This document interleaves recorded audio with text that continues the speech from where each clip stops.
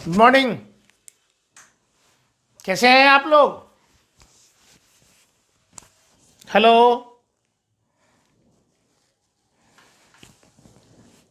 क्या आपको मेरी आवाज आ रही है?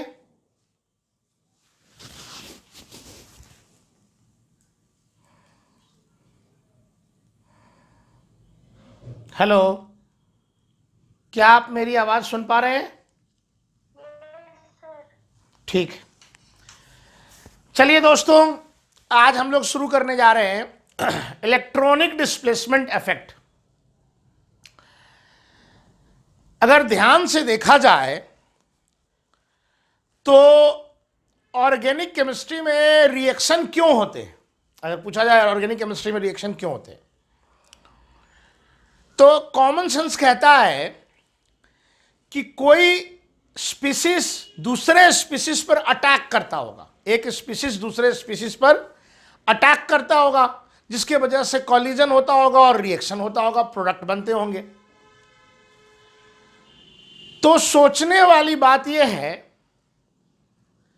कि क्यों एक चीज दूसरे पे अटैक करेगा। देखो, अगर आप ऐसे देखो, आप मेरी बात क्यों सुन रहे हो अभी? क्योंकि मैं आपको पढ़ा रहा हूं और आप पढ़ रहे हो। मैं कुछ आपको दे रहा हूं, ज्ञान दे रहा हूं और आप ज्ञान ले रहे हो। तो कोई डोनर है, कोई रिसीवर है, ऐसे समझो। तो केमिकल रिएक्शन की भी वजह क्या है? केमिकल रिएक्शन की वजह यह है कि कोई इलेक्ट्रॉन रिच स्पीसीज है और कोई इलेक्ट्रॉन डेफिशिएंट स्पीसीज है। किसी के पास इलेक्ट्रॉन की डेंसिटी ज्यादा है और किसी के पास इलेक्ट्रॉन की डेंसिटी कम है। तो जिसके पास इलेक्ट्रॉन की डेंसिटी ज्यादा है वो अटैक करेगा किस पर? जिस पर इलेक्ट्रॉन की डेंसिटी कम है। समझ रहे हो? और इस वजह से आपका रिएक्शन होगा। मेरा ख्याल है आपको ये बात समझ में आ रही होगी। तो अब ये कहानी सुनाने के पीछे मकसद क्या है? देखो, हमारा टॉपिक क्या है? Electronic displacement effect. अगर हिंदी में तोड़ के समझे, इलेक्ट्रॉन के डिस्प्लेस होने की बात चल रही है। इस टॉपिक में, इलेक्ट्रॉनिक डिस्प्लेसमेंट इफेक्ट में बच्चों, हम पढ़ेंगे, हम सीखेंगे इलेक्ट्रॉन के डिस्प्लेस होने के कारण, तरीके और परिणाम के बारे में। Cause, ways and effects of displacement of electron. Sir, electron displace होगा, उससे क्या हो जाएगा? अरे भाई, इलेक्ट्रॉन डिस्प्लेस होगा तो जहां से डिस्प्लेस होगा वहां इलेक्ट्रॉन डेंसिटी घट जाएगी और जहां को डिस्प्लेस होगा वहां इलेक्ट्रॉन डेंसिटी बढ़ जाएगी। पूरी ऑर्गेनिक केमिस्ट्री के जो रिएक्शंस हैं उनका तो बस एक ही उद्देश्य है, क्या? कहां इलेक्ट्रॉन डेंसिटी बढ़ा, कहां घटा। जहां बढ़ा वो अटैक करेगा, जहां घटेगा उस पर। तो मतलब इसके बगैर तो कहानी चल ही नहीं सकती। तुम ये मान के चलो, इलेक्ट्रॉनिक डिस्प्लेसमेंट इफेक्ट ऐसा है। ठीक है? तो इस इलेक्ट्रॉनिक डिस्प्लेसमेंट इफेक्ट में हम मेनली 4 इफेक्ट्स पढ़ेंगे बच्चों। जीओसी के अंतर्गत आता है ये। 4 इफेक्ट्स पढ़ेंगे। इंडक्टिव इफेक्ट,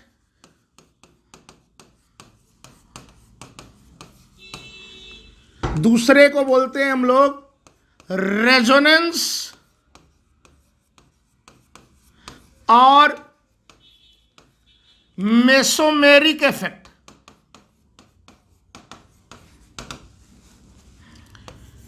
तीसरा है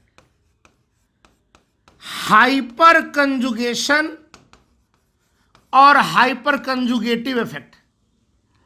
और चौथा आपका है इलेक्ट्रोमेरिक इफेक्ट।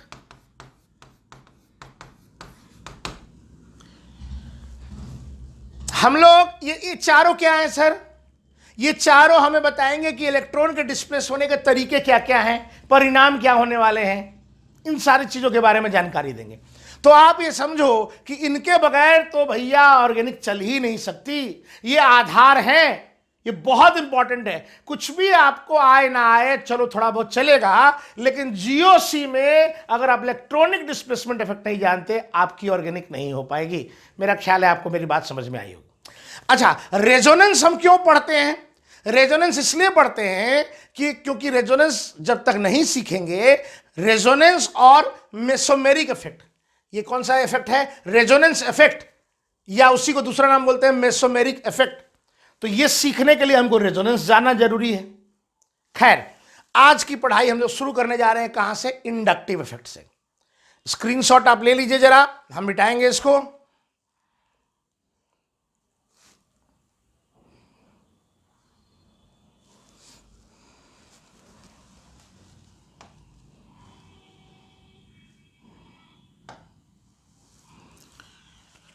आइए बच्चों, इंडक्टिव इफेक्ट।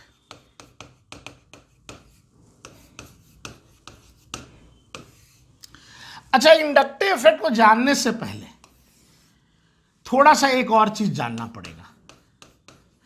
इलेक्ट्रोनिगेटिविटी, आपने इसे इनऑर्गेनिक में पढ़ा होगा, इलेक्ट्रोनिगेटिविटी, ठीक है? हाँ जी, ये इलेक्ट्रोनिगेटिविटी क्या होता है? Tendency to attract the shared pair of electron, इसी को इलेक्ट्रोनिगेटिविटी बोलते हैं। देखो, मैं एक एटम, आप एक एटम, समझ में आ रहा है बच्चे? मेरा एक इलेक्ट्रॉन, आपका एक इलेक्ट्रॉन, मेरा एक इलेक्ट्रॉन, आपका एक इलेक्ट्रॉन, हम दोनों ने मिलकर शेयरिंग किया, हम दोनों ने मिलकर बॉन्ड बनाया, ठीक है? हमारा एक इलेक्ट्रॉन, आपका एक इलेक्ट्रॉन, शेयरिंग किया, हमने क्या बनाया? बॉन्ड बनाया। अब मान लो मेरी इलेक्ट्रोनिगेटिविटी आपसे ज्यादा है, इसका मतलब क्या है? ये जो बॉन्ड के इलेक्ट्रॉन है, बॉन्ड जो बना हुआ है, इस बॉन्डेड पेयर ऑफ इलेक्ट्रॉन को खींचने की ताकत मेरी आपसे अगर ज्यादा है, इसका मतलब मेरी इलेक्ट्रोनिगेटिविटी आपसे ज्यादा है।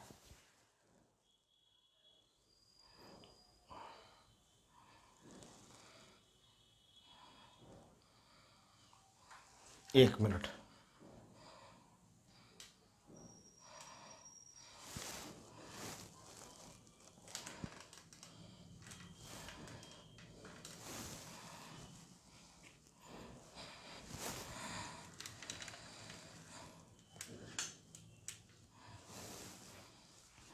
ठीक है? हाँ, मैं कह रहा था कि अगर मेरे और आपके बीच में जो इलेक्ट्रॉन के बीच में बॉन्ड बना, उस बॉन्डेड पेयर ऑफ इलेक्ट्रॉन को खींचने की ताकत अगर मेरी आपसे ज्यादा है, इसका मतलब मेरी इलेक्ट्रोनिगेटिविटी आपसे ज्यादा है।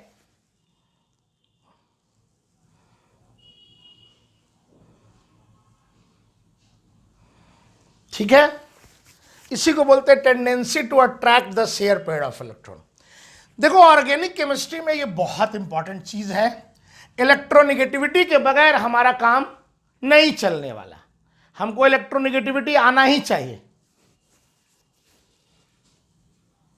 ठीक है? अब हम इलेक्ट्रोनिगेटिविटी की कुछ वैल्यूज लिख रहे हैं, इलेक्ट्रोनिगेटिविटी की कुछ वैल्यूज लिख रहे हैं, जरा वो देख लीजिए। इंडक्टिव इफेक्ट उसके बाद ही हम लोग करेंगे, ठीक है?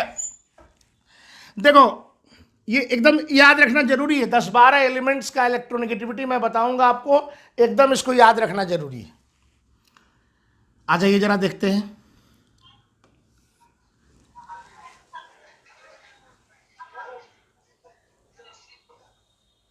मेरी आवाज आ रही है ना? ठीक है। देखो बेटा, कार्बन है, कार्बन के बगल में तुम जानते हो पीरियोडिक टेबल में नाइट्रोजन होता है, नाइट्रोजन के बगल में ऑक्सीजन है, ऑक्सीजन के बगल में फ्लोरीन है। कार्बन के नीचे सिलिकॉन होता है, नाइट्रोजन के नीचे फास्फोरस होता है, ऑक्सीजन के नीचे सल्फर होता है, फ्लोरीन के नीचे क्लोरीन, ब्रोमीन, आयोडीन। मैं उसी की बात कर रहा हूं जिसका इलेक्ट्रोनिगेटिविटी हमें बिल्कुल याद होना चाहिए, जिसका इलेक्ट्रोनिगेटिविटी हमें बिल्कुल याद होना चाहिए, ठीक है? देखो भाई,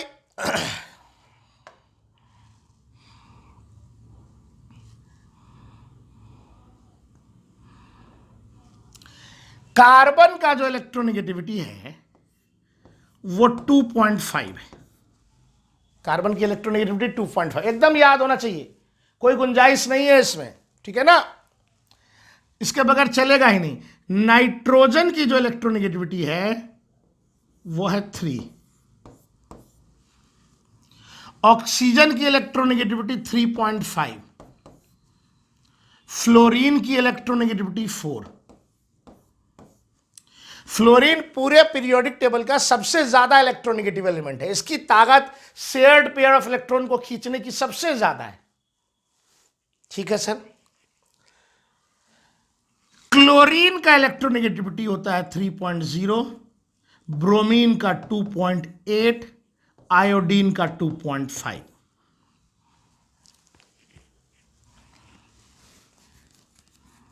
ठीक है, हाँ।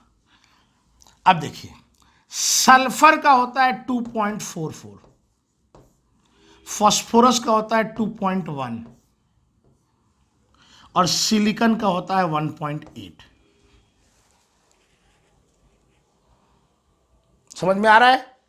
ये इलेक्ट्रोनेगेटिविटी है भाई। इसके अलावा आप एक बात ध्यान रखिए, कार्बन हमारा सबसे ज्यादा इंपॉर्टेंट है ऑर्गेनिक केमिस्ट्री में।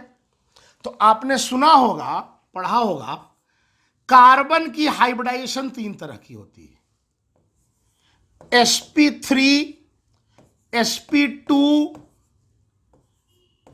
sp। कार्बन की हाइब्रिडाइजेशन 3 तरह की होती है, इनऑर्गेनिक में थोड़ा पढ़ा होगा आपने, sp3, sp2, sp।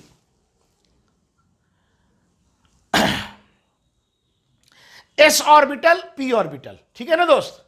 कार्बन के पास s के 1 ऑर्बिटल होते हैं, p के 3 ऑर्बिटल होते हैं, इंटरमिक्सिंग करके ये हाइब्रिड ऑर्बिटल बनाते हैं।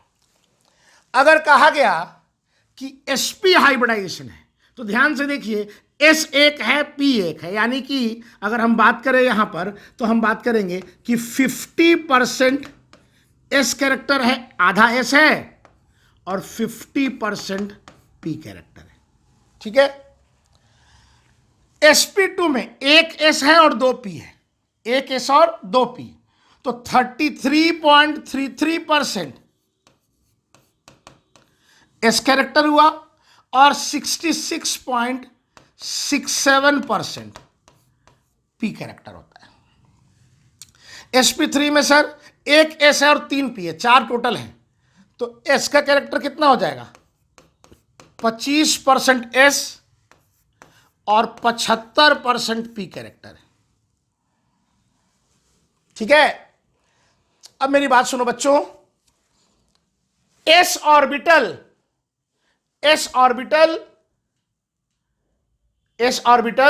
न्यूक्लियस के ज्यादा नजदीक होता है ना, इस वजह से उसके इलेक्ट्रॉन की खींचने की ताकत ज्यादा होती है, उसके इलेक्ट्रॉन के खींचने की ताकत क्या होती है, ज्यादा होती है। इसका मतलब हुआ एस कैरेक्टर जितना ज्यादा होगा इलेक्ट्रोनेगेटिविटी उतनी ज्यादा होगी। हमेशा के लिए ध्यान रखिएगा, मैं यहां लिख रहा हूं more will be the percentage of S character, more will be the electronegativity, more will be the electronegativity। जितना ज्यादा एस कैरेक्टर होगा इलेक्ट्रोनेगेटिविटी उतनी ज्यादा होगी, इलेक्ट्रोनेगेटिविटी उतनी ज्यादा होगी। तो मेरा कहना है, अगर कार्बन को थोड़ा हम डिटेल में पढ़ रहे हैं तो यहां 25% एस कैरेक्टर है, यहां 33.33% एस कैरेक्टर है, यहां 50% एस कैरेक्टर है। और एस कैरेक्टर जिसमें जितना ज्यादा होगा उसको इलेक्ट्रॉन की खींचने की टेंडेंसी उतनी ज्यादा होगी। तो ये तीनों जो कार्बन है इनकी इलेक्ट्रोनेगेटिविटी फिक्स नहीं होती। इनफैक्ट ये जो 2.5 आपने लिखा है ये इसकी है, sp3 वाले की है 2.5, जिसमें 25% एस कैरेक्टर है। sp3 वाले की थी sp2, यहां एस कैरेक्टर बढ़ गया है, इसकी इलेक्ट्रोनेगेटिविटी बदल जाती है, बढ़ जाती है। इसका जो एस कैरेक्टर होता है बच्चे, सॉरी इसका जो इलेक्ट्रोनेगेटिविटी होता है वो हो जाता है 2.75। और sp हाइब्रिडाइज कार्बन इन तीनों में सबसे ज्यादा इलेक्ट्रोनेगेटिव हो जाता है, और इसका जो हो जाता है बच्चों वो हो जाता है 3.25। एक बार जरा रिकॉल करते हैं, देखो पूरी कहानी। इलेक्ट्रोनेगेटिविटी मतलब बॉन्डेड पेयर ऑफ इलेक्ट्रॉन को खींचने की ताकत, शेयर्ड पेयर ऑफ इलेक्ट्रॉन को खींचने की ताकत, इसी को बोलते हैं टेंडेंसी, इसी को बोलते हैं हम लोग इलेक्ट्रोनेगेटिविटी। बिना इलेक्ट्रोनेगेटिविटी के हम लोग ऑर्गेनिक में आगे बढ़ ही नहीं सकते। अब इलेक्ट्रोनेगेटिविटी में इतने जितने हमने लिखाए हैं ये वैल्यूज एकदम दिमाग में छपी होनी चाहिए। कार्बन 2.5 है, और ये कौन सा कार्बन है? ये जो कार्बन है ये कौन सा कार्बन है? ये कार्बन जो है वो sp3 कार्बन है, ये वाला, इसका 2.5 है। नाइट्रोजन 3 है, ऑक्सीजन 3.5 है, फ्लोरीन 4 है, chlorine 3.0, bromine 2.8, iodine 2.5, silicon 1.8, phosphorus 2.1, sulphur 2.44। ये जितने एलिमेंट्स दिख रहे हैं, अच्छा एक और लिख लो भाई, हाइड्रोजन, हाइड्रोजन का होता है 2.1, ठीक है। अच्छा ये जितने एलिमेंट्स आप देख रहे हैं इनकी इलेक्ट्रोनेगेटिविटी जो मैंने लिखी है वो तब की है जब ये sp3 है। ये जितने वैल्यूज देख रहे हैं ये तब की है जब ये sp3 है। sp3 की जगह अगर sp2 हो तो इनकी इलेक्ट्रोनेगेटिविटी बढ़ जाएगी। sp2 की जगह अगर sp हो तो इनकी इलेक्ट्रोनेगेटिविटी और बढ़ जाएगी। जितना ज्यादा एस कैरेक्टर बढ़ेगा इलेक्ट्रोनेगेटिविटी उतनी और बढ़ जाएगी। हमको वैल्यूज बहुत ज्यादा याद नहीं रखना। सर sp3 जब है तो हमने ध्यान रख लिया, sp2 होगा तो और बढ़ जाएगा। हाँ कार्बन का केस थोड़ा स्पेशल है, कार्बन हमारे लिए सबसे ज्यादा महत्वपूर्ण है, इसलिए इसकी वैल्यूज भी हम ध्यान रखेंगे। जब ये sp3 होगा तो 2.5, जब sp2 होगा तो 2.75, जब sp होगा तो 3.25। हाइड्रोजन का लिख ही दिया हमने, एकदम याद होना चाहिए, इसके बगैर काम नहीं चलेगा। स्क्रीनशॉट ले, हम आगे बढ़ेंगे।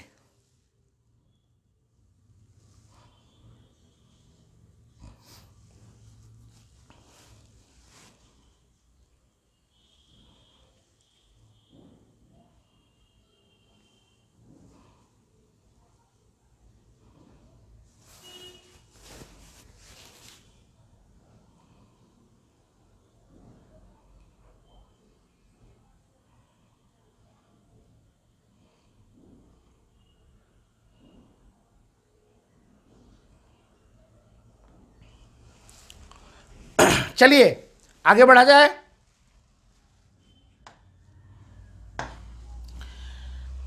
आइए बच्चों, अब हम लोग बात करते हैं इंडक्टिव इफेक्ट की, ठीक है। अब ये अच्छे से हमें समझ में आएगा। देखो ऐसा है, सपोज करो कि एक जंगल है, ठीक है। एक जंगल में दो हाथी है, एक H1 एक H2, हाथी 1 हाथी 2। समझाने के लिए एग्जांपल ले रहे हैं, थोड़ा केमिस्ट्री से हटके। H1 H2 चलेगा, ठीक। अब हाथी को गन्ना बहुत पसंद होता है, गन्ना, ठीक है। किसान के खेत से गन्ने का गट्ठर लेकर के ये दोनों हाथी भाग गए। दोनों लेके भागे, दोस्त बनकर भाग गए दोनों और जंगल में चले गए।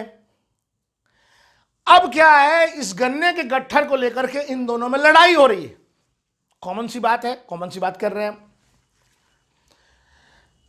अब यह लड़ाई में कौन जीतेगा? अगर ये दोनों हाथी ताकत में बराबर हो तो कोई जीतेगा क्या? सर एक बार को तो आंसर आएगा नहीं सर, नहीं जीतेगा। लेकिन आपको एक चीज मैं जरा याद दिला दूं बच्चों, जंग या लड़ाई सिर्फ ताकत से नहीं जीती जाती। ताकत के अलावा लड़ने का स्किल, स्टैमिना, टेम्परामेंट, बहुत सारी चीजें होती है, ठीक है। लेकिन मान लो ये दोनों हाथी का हर चीज बराबर है, हर चीज में ये एक समान है, कोई अंतर नहीं है, तब तो वो गन्ने का गट्ठर लेकर के लड़ेंगे, कोई जीत नहीं पाएगा। गन्ने का गट्ठर लेकर लड़ेंगे और कोई जीत नहीं पाएगा। तो अब क्या होगा बच्चों? इसको आप ऐसे समझो कि अगर दोनों के बीच में लड़ाई हुआ, कोई जीत नहीं पाया। अब एक बार क्या है, एक तरफ H1 है एक केस में और एक तरफ इस H2 के साथ एक चींटी आ गया। एक दूसरा केस ले रहे हैं, H2 के साथ एक चींटी आ गया। पहले दोनों हर मामले में बराबर थे। अब चींटी बहुत छोटा है सर, छोटा है या जो भी है, पर अंतर तो आया ना सर, मार्जिनल आया है पर आया ना। यहां सिर्फ एक हाथी है, वहां हाथी के अलावा चींटी भी है। तो जो पलड़ा बराबरी का था वो पलड़ा डगमगा गया। एकदम कॉमन सी बात कह रहे हैं, एकदम समझ में आने वाली बात कह रहे हैं। अब ये पलड़ा दो तरह से डगमगा सकता है बच्चे, थोड़ा हंसने वाली बात भी है यहां। ये जो चींटी है इस हाथी का साथ दो तरह से दे सकता है। एक, इस हाथी के साथ मिलकर इस गन्ने के गट्ठर को H1 से अपनी तरफ खींचे। एक काम तो ये कर सकता है खींचने का, तो उसमें पलड़ा जो है वो H2 के साइड में झुक जाएगा। ये खींचेगा, थोड़ा ही झुकेगा पर इधर साइड में झुक जाएगा। दूसरा, ये जो चींटी है इसी हाथी की सूंड में घुस जाए। ये जो चींटी है इसी हाथी की सूंड में घुस जाए। तो जब इसी हाथी की सूंड में घुस जाएगा ये चींटी, तो क्या होगा बताओ फिर? उस केस में ये हाथी परेशान हो जाएगा, सूंड इसी की सूंड में घुस गया और ये पलड़ा अब H1 की तरफ झुक गया। साथ दो तरह से निभाया जाता है भाई। मान लो कोई तुम्हारा दोस्त है, हंसने वाली बात, कोई तुम्हारा दोस्त है, उसका मान लो मैथ्स कमजोर है, मैथ्स में मदद करके उसका लेवल बढ़ा दिया, लेवल उठा दिया मैथ्स में मदद करके अपने दोस्त का। और दूसरा मैथ्स का लेवल नहीं, उसी को उठा दिया। मतलब आज के डेट में कलयुग में दो तरह से लोग मदद करते हैं, एक रियल में मदद करते हैं और एक मदद के नाम पे उसका नुकसान करते हैं।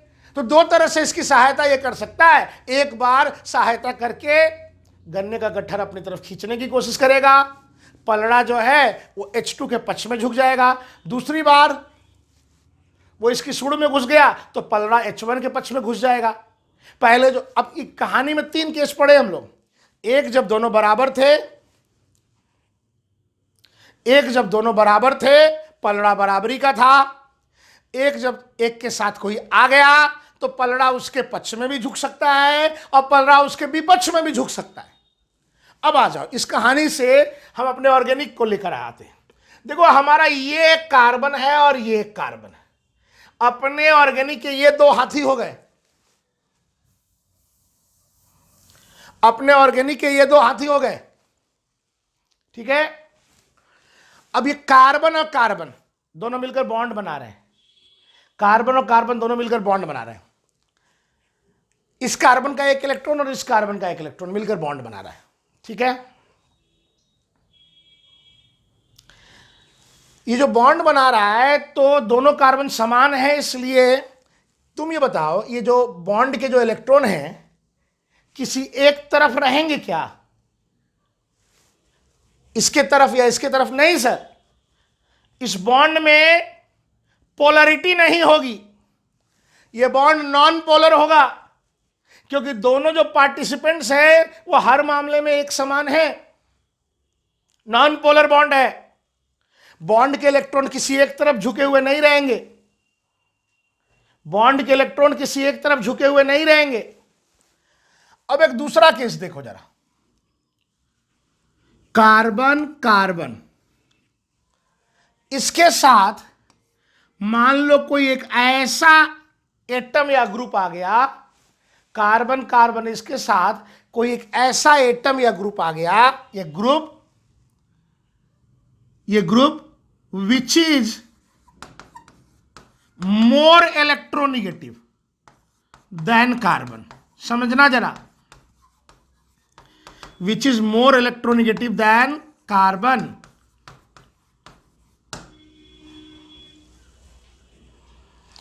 अब ये कार्बन से ज्यादा इलेक्ट्रोनिगेटिव हो गया अगर, तो ये कार्बन से बॉन्ड के इलेक्ट्रॉन को अपनी तरफ खींचेगा, समझो जरा, बॉन्ड के इलेक्ट्रॉन को अपनी तरफ खींचेगा तो यहां आ जाएगा, खींचने की वजह से डेल्टा माइनस खींच रहा है, और इस कार्बन से खींचा जा रहा है तो यहां आ गया डेल्टा प्लस।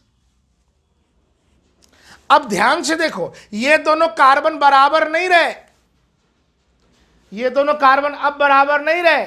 तुम ऐसे सोचो ना बेटा, मान लो इस कार्बन के पास 10 रुपए थे, इस कार्बन के पास 10 रुपए, दोनों बराबर थे। अब इस कार्बन के साथ कोई ऐसा आ गया जो इसका पैसा खींच लिया, तो अब यहां 10 की जगह 9 हो गया और यहां 10 रह गया, दोनों बराबर नहीं रहे। अब यहां 10 है, यहां 9 है, अब भेदभाव आ गया, फर्क आ गया। तो इस फर्क की वजह से ये जो बॉन्ड था कार्बन कार्बन के बीच में जो नॉन पोलर था, इसमें भी पोलरिटी आ जाएगी।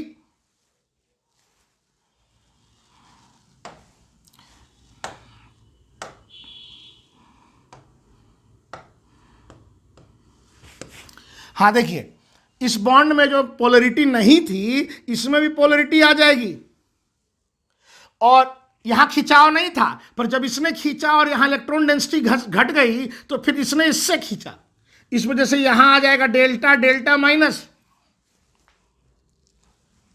इधर सॉरी प्लस आ जाएगा बेटा, गड़बड़ लिख दिए, इसने खींच रहा है तो इस पर माइनस आया, इस पर प्लस आया, और इसने खींचा इस पर भी प्लस आ जाएगा। अगर दूसरा केस ले, एक और केस, कार्बन कार्बन, यहां एक ग्रुप जोड़ दे, अगर ये ग्रुप कार्बन से कम इलेक्ट्रोनेगेटिव है, if G is less electronegative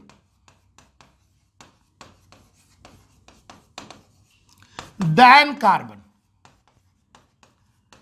क्या बोल रहे हैं, पहले ये जो G था ज्यादा इलेक्ट्रोनेगेटिव था,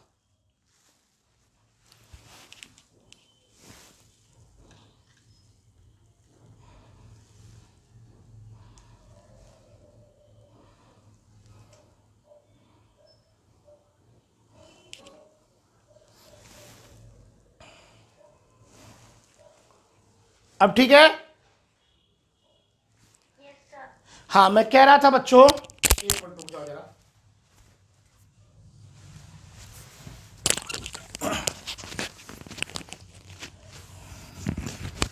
हाँ दो केस पढ़े, पहले कार्बन कार्बन में पोलरिटी नहीं थी क्योंकि दोनों हर मामले में एक समान थे।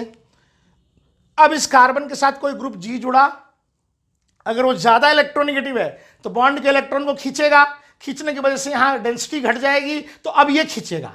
इंपॉर्टेंट बात, जहां पोलरिटी नहीं थी वहां पोलरिटी आ गई, इंडक्ट हो गई, पहले यहां पोलरिटी नहीं थी उसमें घुस गई है पोलरिटी।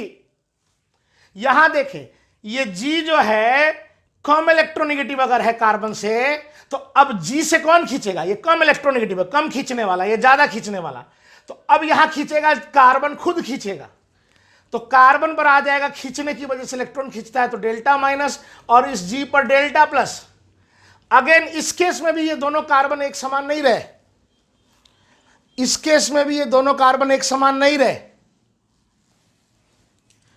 एक बात बताओ यार, तुम लोग को टाइम बताया हुआ था कि 10 बजे से क्लास है, मतलब ऑनलाइन क्लास को एकदम फालतू ही बना के रख दिए तुम लोग। नहीं, जब मन करता है आते हो, अभी आधा घंटा के बाद आ रहे हैं, कभी 45 मिनट के बाद आ रहे हैं। जब टाइम तुम्हें बताया हुआ है तो तुम्हें टाइम पे आना चाहिए।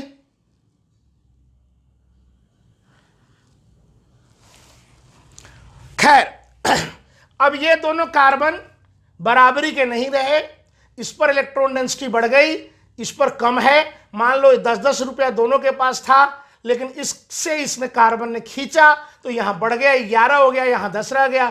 तो जिसके पास कम है वो अब खींचेगा ऐसे, तो इस पर आ जाएगा डेल्टा डेल्टा माइनस। अब मेरी बात सुनो जरा,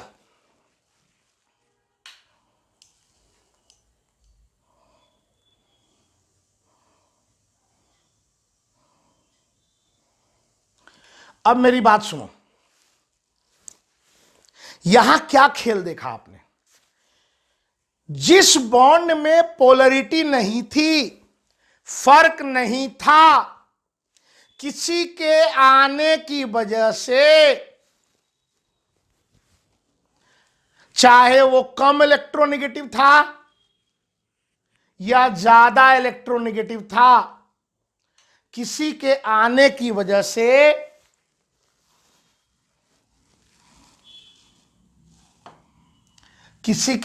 वजह से वो क्या हुआ? एक minute,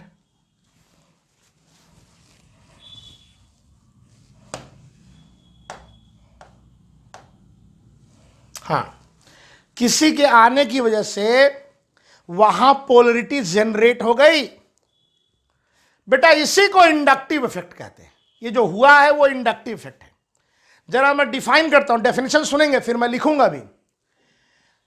the generation of polarity, the generation of polarity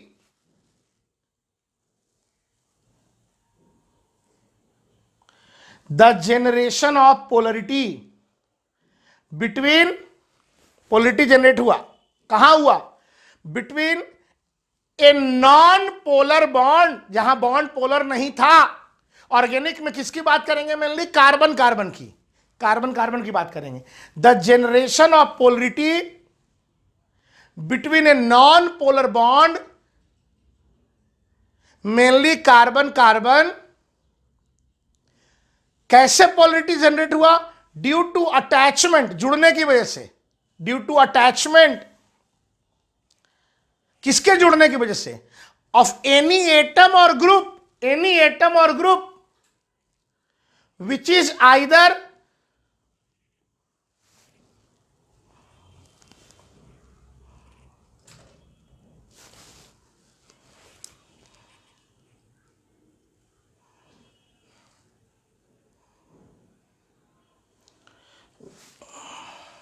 एक मिनट जरा,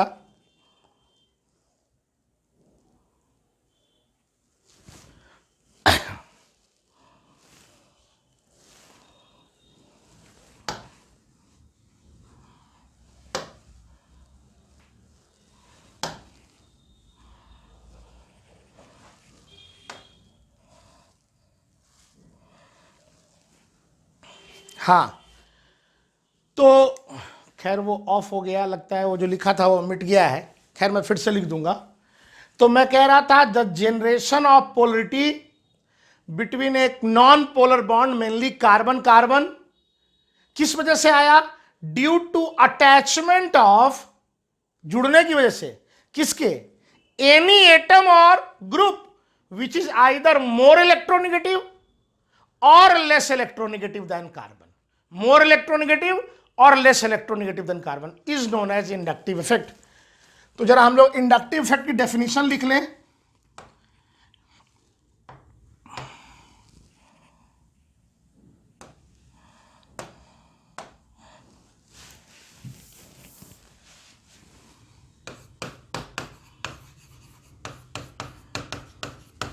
इंडक्टिव इफेक्ट बोलते किसको है?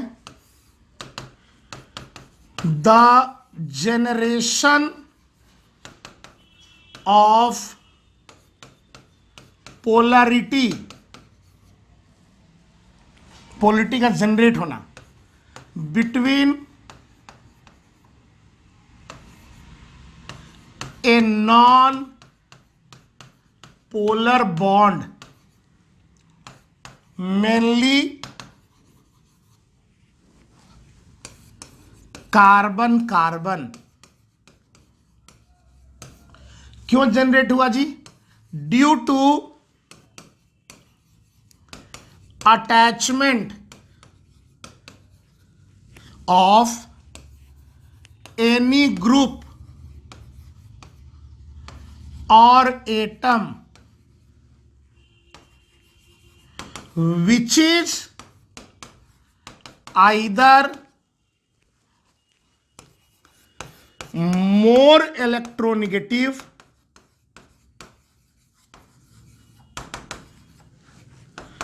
than carbon or less electronegative than carbon is known as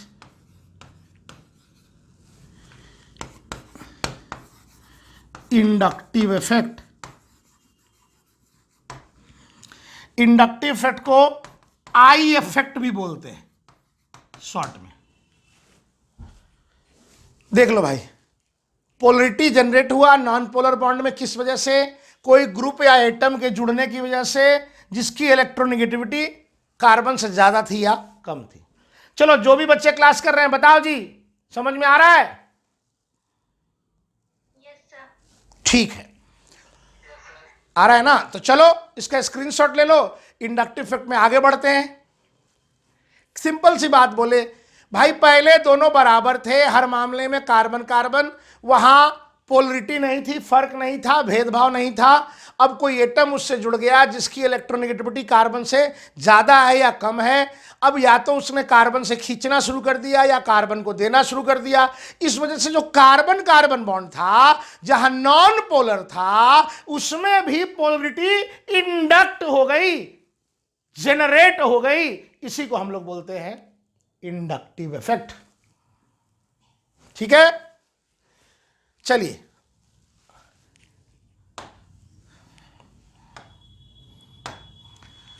अब देखो बेटा, इंडक्टिव इफेक्ट का दूसरा नाम क्या बोले थे हम लोग? आई इफेक्ट बोले थे ना।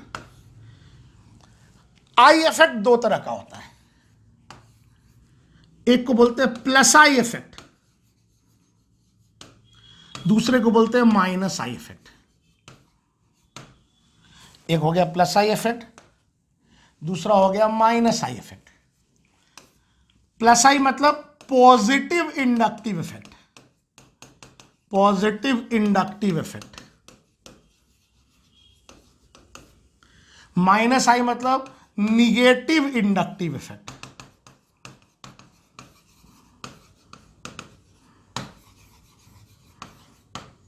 ठीक है, अब जानने लायक बात यह है कि पॉजिटिव इंडक्टिव इफेक्ट क्या होता है, नेगेटिव इंडक्टिव इफेक्ट, दो तरह का होता है दोस्तों। ठीक है, देखिए सबसे पहले हम बात करने जा रहे हैं। अच्छा, एक और बात लिख देते हैं जरा यहीं पे। पॉजिटिव इंडक्टिव इफेक्ट जो होता है वो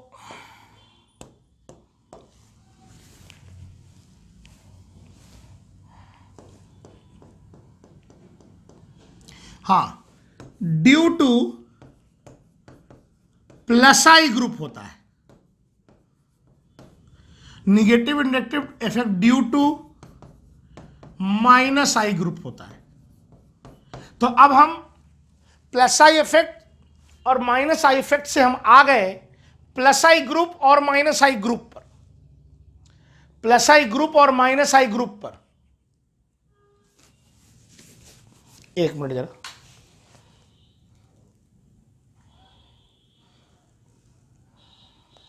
हेलो, हाँ जी, समस्तीपुर से बोल रहे हैं। अभी हमारी क्लास चल रही है, बाद में एक बार बात करिएगा, अभी हम लाइव क्लास में हैं। ठीक है, अच्छा ठीक है, कितने बजे सर? हाँ अब 1 बजे बात करिएगा हमसे। ठीक।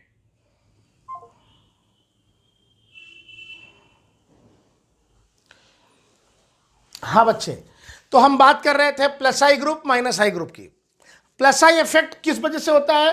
प्लस आई ग्रुप की वजह से। माइनस आई इफेक्ट किस वजह से होता है? माइनस आई ग्रुप की वजह से। तो अब हमें जानना क्या जरूरी है, आखिर प्लस आई ग्रुप क्या है, पॉजिटिव इंडक्टिव ग्रुप क्या है, और माइनस आई ग्रुप क्या है, निगेटिव इंडक्टिव ग्रुप क्या है। समझिएगा, बड़ा इंपॉर्टेंट है ये, बहुत इंपॉर्टेंट। हम पहले शुरुआत करते हैं माइनस आई ग्रुप से, निगेटिव इंडक्टिव ग्रुप। समझ जाइएगा, तुरंत समझ जाइएगा बेटा। देखो, कार्बन कार्बन, फिर से वहीं से उठाते हैं, कार्बन कार्बन, ठीक है। इस बॉन्ड में पोलरिटी नहीं है, दोनों एक समान है।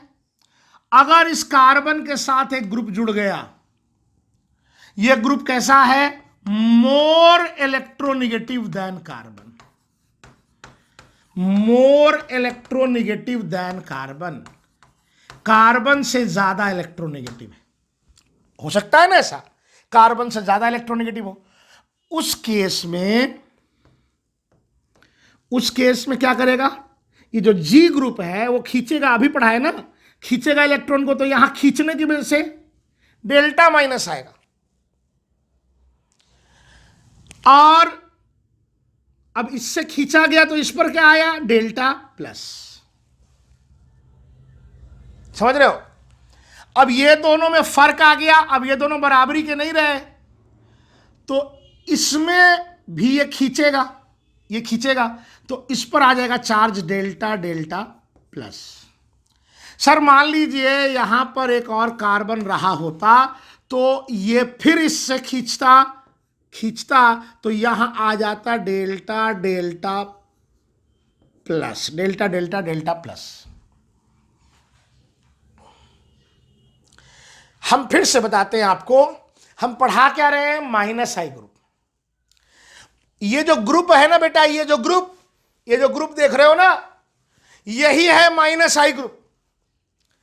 अगर ऐसा काम करे तो मतलब वो ग्रुप जो कार्बन से ज्यादा इलेक्ट्रोनिगेटिव हो, वो ग्रुप जो कार्बन से ज्यादा इलेक्ट्रोनिगेटिव हो और खींचने की वजह से, इलेक्ट्रॉन को खींचने की वजह से इस तरह से पोलरिटी जनरेट हो, तो वो ग्रुप को हम लोग बोलते हैं माइनस आई ग्रुप।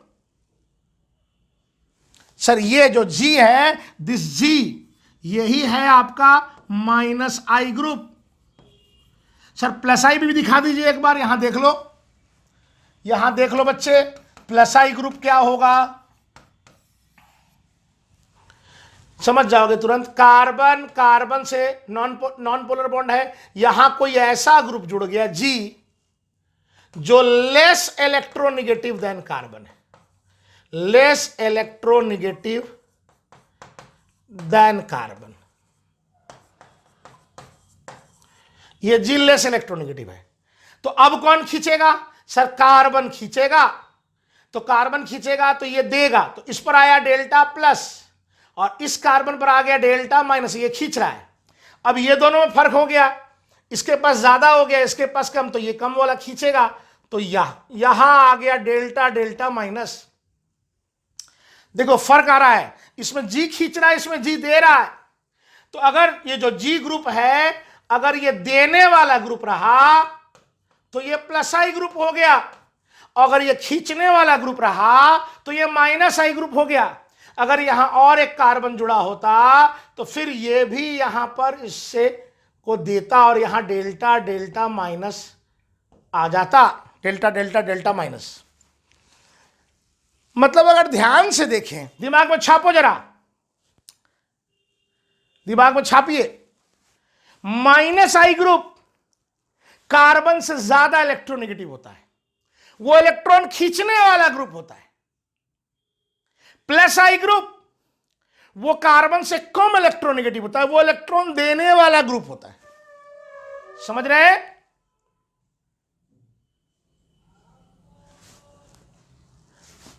अच्छा, एक और तरीका है समझाने का, वो भी सुन लो। 8, 9, 10 में पढ़ा होगा फोर्स की definition. Force is a push और पुल। तो अगर इलेक्ट्रॉन पुलिंग ग्रुप हो गया, देखो मोर इलेक्ट्रोनेगेटिव खींच रहा है, ये जो हो गया जी माइनस आई ग्रुप, ये क्या हो गया बेटा? इलेक्ट्रॉन पुलिंग ग्रुप है या इलेक्ट्रॉन विड्रॉइंग ग्रुप है, इलेक्ट्रॉन खींचने वाला ग्रुप। माइनस आई ग्रुप कौन सा होता है, दिमाग में बिठाओ, बहुत इंपॉर्टेंट। जो इलेक्ट्रॉन खींचने वाला ग्रुप हो, पुलिंग ग्रुप हो। जो इलेक्ट्रॉन विड्रॉइंग ग्रुप हो, जिसकी कार्बन से इलेक्ट्रोनेगेटिविटी ज्यादा हो, वो माइनस आई है। प्लस आई ग्रुप कौन सा है, प्लस आई ग्रुप, ये ग्रुप बेटा है electron pushing group. Electron pushing group, electron देने वाला group, electron donating group. Plus I group क्या हुआ है, इलेक्ट्रॉन डोनेटिंग ग्रुप। एक बार और बोलेंगे, माइनस आई वो जिसकी इलेक्ट्रोनेगेटिविटी कार्बन से ज्यादा है, जो कार्बन से इलेक्ट्रॉन को खींचेगा, इलेक्ट्रॉन विड्रॉइंग ग्रुप होगा, इलेक्ट्रॉन पुलिंग ग्रुप होगा। प्लस आई ग्रुप कौन, जिसकी कार्बन से इलेक्ट्रोनेगेटिविटी कम है, जो इलेक्ट्रॉन डोनेटिंग ग्रुप होगा, जो इलेक्ट्रॉन पुशिंग ग्रुप होगा, वो हो गया प्लस आई। ठीक है। हाँ, यहां एक दो बातें और है जो समझना थोड़ा अनिवार्य है, समझ जाए तो अच्छा रहेगा। हमने यहां कुछ गड़बड़ लिखा है। पहली चीज गड़बड़ यह है बेटा कि मैं यहां डैश लगा रहा हूं, क्योंकि फिजिक्स में जब आप 12th में जाएंगे तो इलेक्ट्रोस्टेट में पढ़ेंगे कंजर्वेशन ऑफ चार्ज प्रिंसिपल। वो कहता है चार्ज इज कंजर्व्ड। अब मेरी बात ध्यान से सुनो, ये जो आपने लिखा है वो गड़बड़ लिखा है सर। क्योंकि देखो सर, इस पर डेल्टा माइनस चार्ज है और इस पर डेल्टा प्लस चार्ज है, तो ये दोनों ने एक दूसरे को कैंसिल कर लिया, तो बाकी ये चार्ज आया कहां से? गड़बड़ है सर ये। बाकी ये चार्ज कहां से आया? गड़बड़ है ये। मतलब हम इसको ऐसा करते हैं, जितना इस पर माइनस चार्ज होगा उतना ही टोटल इस पर प्लस चार्ज होना चाहिए, क्योंकि नेट चार्ज जो होता है वो कंजर्व होता है, फिजिक्स का प्रिंसिपल है। तो मैं एक काम करता हूं, यहां लिख देता हूं डेल्टा डैश माइनस, और यहां एक कंडीशन डाल देता हूं, delta dash minus is equal to magnitude wise, ये मॉडुलस का मतलब होता है मैग्नीट्यूड, डेल्टा प्लस का magnitude plus delta delta plus का magnitude plus delta delta delta plus का मैग्नीट्यूड। समझो, ये जितना प्लस है उन सब का मैग्नीट्यूड जोड़ दिया जाए तो इस माइनस के मैग्नीट्यूड के बराबर होगा, क्योंकि चार्ज कंजर्व्ड है। सेम सिचुएशन यहां भी होगा, इन सारे माइनस को जोड़ने के बाद जो मैग्नीट्यूड आएगा वो इस प्लस वाले के बराबर होगा। कई किताबों में नहीं लिखा रहता है ऐसे, यहां डेल्टा माइनस, यहां डेल्टा प्लस, यहां डेल्टा डेल्टा प्लस, ऐसे करके लिखा रहता है। लेकिन नहीं, ये टोटल प्लस और टोटल माइनस बराबर होना चाहिए। ठीक है, क्योंकि स्पीशीज न्यूट्रल था। दूसरी बात, कुछ बच्चों को लग रहा होगा कि सर ये डेल्टा प्लस है, ये डेल्टा डेल्टा प्लस है। सर ये डेल्टा डेल्टा प्लस इस डेल्टा प्लस से ज्यादा है। नहीं बेटा, नहीं नहीं नहीं, डेल्टा डेल्टा प्लस का मैग्नीट्यूड डेल्टा प्लस से कम है। डेल्टा डेल्टा प्लस का मैग्नीट्यूड डेल्टा प्लस से कम है। कैसे? सर दो डेल्टा है सर, पर तुम समझो ना, ये लिखने का तरीका होता है। एक बार बताओ, मैथमेटिकली चलो, 0.1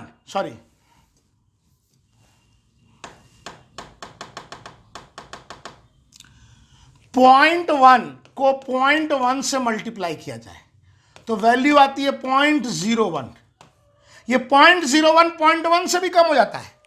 एक छोटी क्वांटिटी को एक छोटी क्वांटिटी से मल्टीप्लाई किया जाए तो उपलब्ध क्वांटिटी और भी छोटी हो जाती है।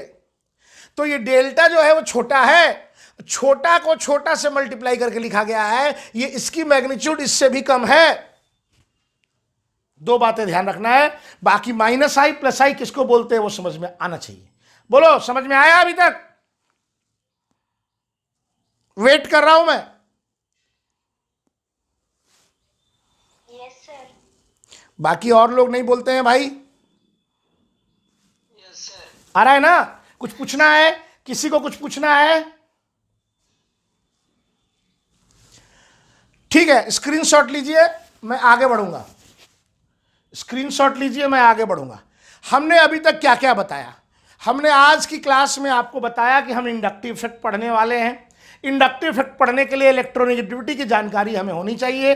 कुछ 2, 4, 10, 20 एलिमेंट्स के इलेक्ट्रोनेगेटिविटी की वैल्यूज पता होनी चाहिए। उसके बाद इंडक्टिव इफेक्ट क्या होता है ये समझाया। इंडक्टिव इफेक्ट दो तरह का होता है, प्लस आई और माइनस आई। प्लस आई किसको बोलते हैं, माइनस आई किसको बोलते हैं, वो देखा। माइनस आई एक बार फिर से रिकॉल कर देते हैं। माइनस आई ग्रुप कौन से होते हैं? जो इलेक्ट्रॉन खींचने वाले ग्रुप होते हैं, जिनकी इलेक्ट्रोनेगेटिविटी कार्बन से ज्यादा होती है। प्लस आई वो होता है जिनकी इलेक्ट्रोनेगेटिविटी कार्बन से कम होती है, इलेक्ट्रॉन डोनेटिंग ग्रुप होता है। चलिए स्क्रीनशॉट ले लीजिए, मैं अब आगे आ रहा हूं।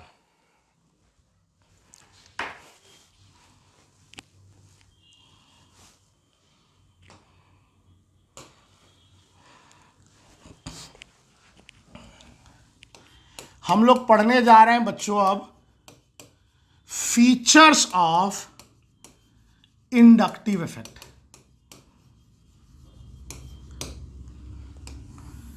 Features of inductive effect.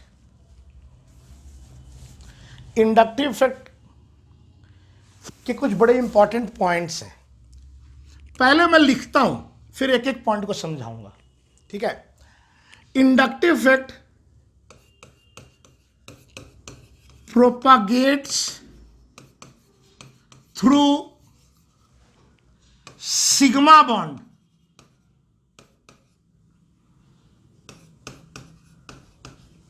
Sigma bond के थ्रू प्रोपगेट करता है। दूसरी बात, inductive effect is a permanent effect. तीसरी बात, inductive effect decreases with distance. Distance के साथ डिक्रीज करता है।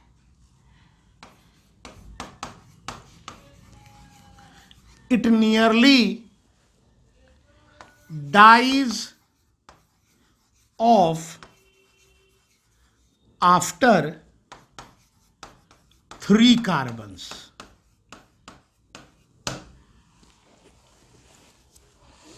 सब समझाएंगे, टेंशन नहीं लीजिए।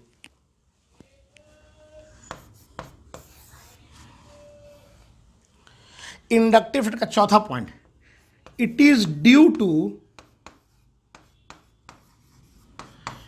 Partial shifting of electron and not because of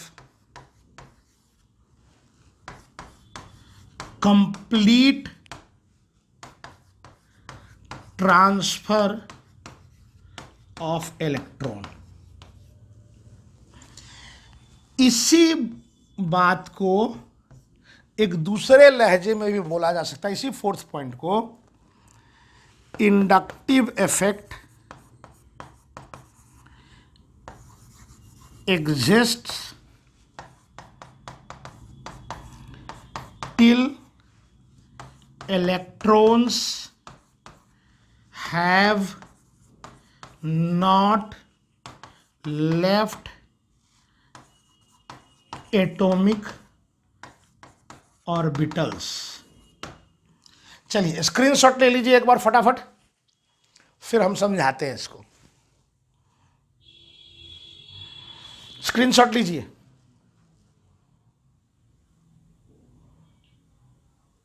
video clear दिख रहा है ना? एक बच्चा कह रहा है वीडियो नहीं क्लियर दिख रहा है ना? Yes sir. ठीक है, स्क्रीनशॉट ले लिया बच्चे। देखो मैं समझाता हूं अब। पहली बात समझेंगे जरा पॉइंट को। पहले इस पे आते हैं।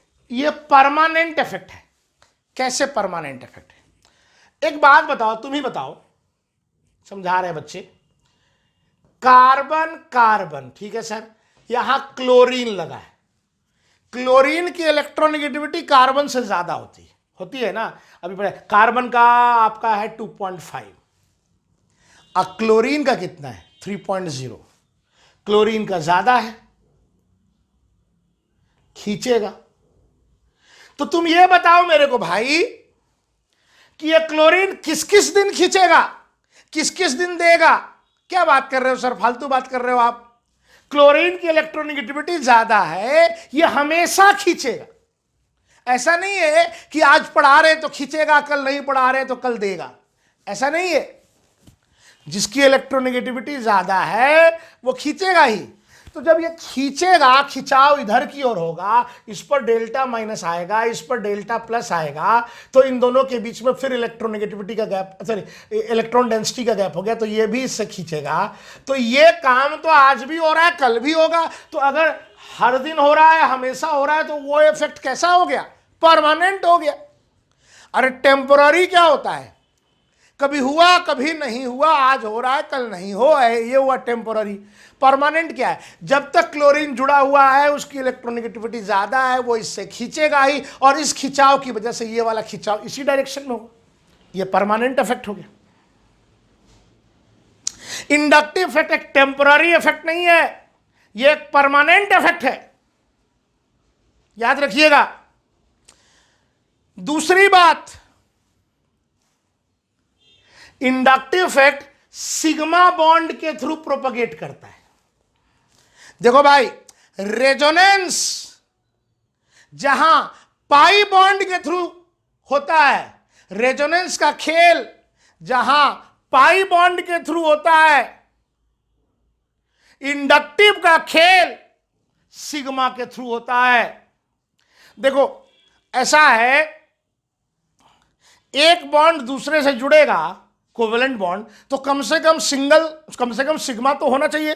चाहे सिंगल बॉन्ड हो, चाहे डबल बॉन्ड हो, चाहे ट्रिपल बॉन्ड हो, सब में सिग्मा एक तो होता है। तो एक जगह से दूसरी जगह तक जाने का इंडक्टिव इफेक्ट का जो तौर तरीका है, जो प्रोसेस है, वो सिग्मा के थ्रू है। इंडक्टिव इफेक्ट सिग्मा बॉन्ड के थ्रू ग्रो करता है, प्रोपगेट करता है, याद रखेंगे। इंडक्टिव में सिग्मा का रोल है, रेजोनेंस में पाई का रोल है। ठीक है, चलो पहला 2 पॉइंट मिटाते हैं, समझ में आ गया होगा। तीसरे पे आते हैं।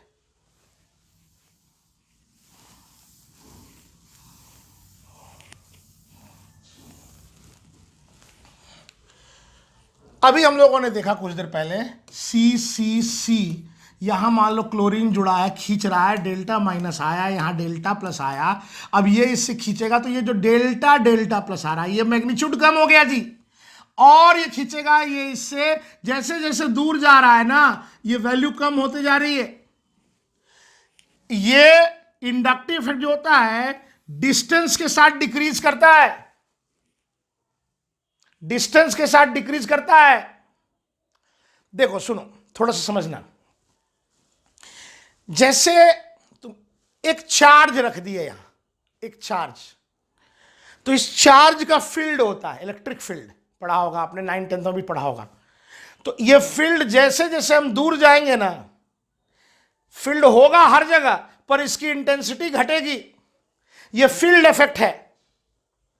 सर इंडक्टिव इफेक्ट और फील्ड इफेक्ट में अंतर कहां है? पहली बात, कोई चार्ज रखे ना, तो ये मान लो पॉजिटिव चार्ज है, वो नेगेटिव चार्ज को खींचेगा, पॉजिटिव चार्ज को रिपेल करेगा। इसके लिए यहां कोई बॉन्ड होना जरूरी नहीं है। तो अगर बिना बॉन्ड के हो रहा है, यह फील्ड इफेक्ट है। लेकिन इंडक्टिव इफेक्ट में बॉन्ड जरूरी है। ये प्लस और ये माइनस बॉन्ड नहीं है, तो इंडक्टिव इफेक्ट नहीं लगेगा। इंडक्टिव सिग्मा जहां होगा वहीं लगेगा, पहली बात ये। दूसरा, जैसे जैसे दूरी बढ़ती जाएगी, इसका असर घटता जाएगा। जैसे मान लो कोई बच्चा भागलपुर का है, तो अपने घर के आसपास उस बच्चे को कोई डरा नहीं सकता, उस बच्चे को कोई पीट नहीं सकता, उसका वहाँ ये जो जानने वाले लोग हैं वहाँ पर हैं, तो इस वजह से उसका फील्ड वहाँ मजबूत है, इंटेंसिटी उसकी स्ट्रांग है। जैसे जैसे दूर जाएगा, उसका असर घटता जाएगा। बिल्कुल वैसा ही है। इंडक्टिव इफेक्ट बॉन्ड के थ्रू होता है, सिग्मा बॉन्ड, और जैसे जैसे दूर जाता है ये असर घटता जाता है, डिक्रीजेज विथ डिस्टेंस, और नियरली डाइज ऑफ, खत्म सा हो जाता है आफ्टर 3 कार्बन, 3 कार्बन के बाद तकरीबन खत्म सा हो जाता है। इंडक्टिव इफेक्ट में 3 पॉइंट पढ़ाया। परमानेंट इफेक्ट है, सिग्मा बॉन्ड के थ्रू प्रोपगेट कर रहा है, डिस्टेंस के साथ डिक्रीज कर रहा है, 3 कार्बन जाते जाते खत्म सा हो जाता है, तकरीबन खत्म, खत्म कभी नहीं होता, 10 20 50 100 जब भी हो खत्म नहीं हो रहा है, लेकिन वो तकरीबन मर चुका होता है ऐसा माल। Inductive effect. चलो तीसरा पॉइंट भी मिटाते हैं।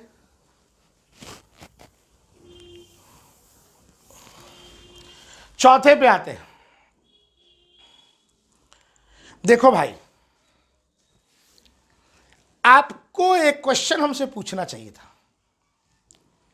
सर कार्बन कार्बन क्लोरीन, आप बोल रहे हो क्लोरीन ज्यादा इलेक्ट्रोनेगेटिव है, खींचेगा इलेक्ट्रॉन, तो आप इस पर डेल्टा माइनस और इस पर डेल्टा प्लस लिखते हो। सर आप इस पर माइनस और प्लस क्यों नहीं लिखते?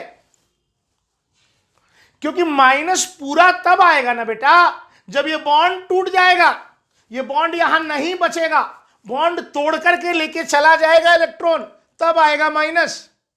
इंडक्टिव इफेक्ट बॉन्ड टूट जाने के बाद नहीं होता है। इंडक्टिव इफेक्ट में कंप्लीट ट्रांसफर इलेक्ट्रॉन का नहीं होता है।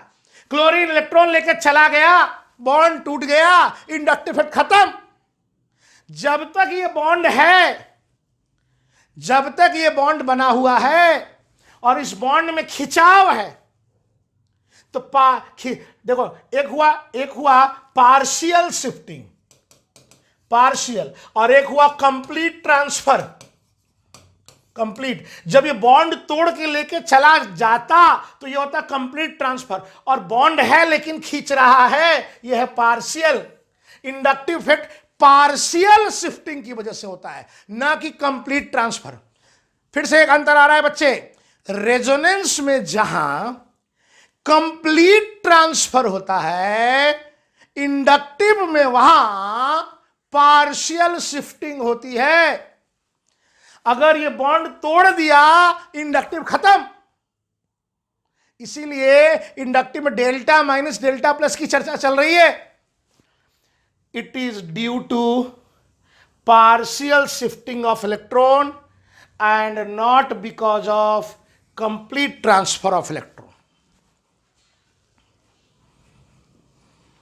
इसी को दूसरे लहजे में ये दूसरा लाइन बोल रहा है, समझिएगा जरा, देखिए। मैं एक एटम,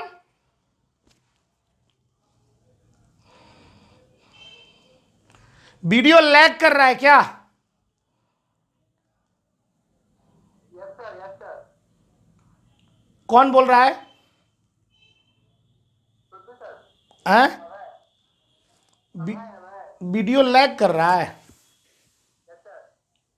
आवाज और वीडियो एक साथ हैं क्या?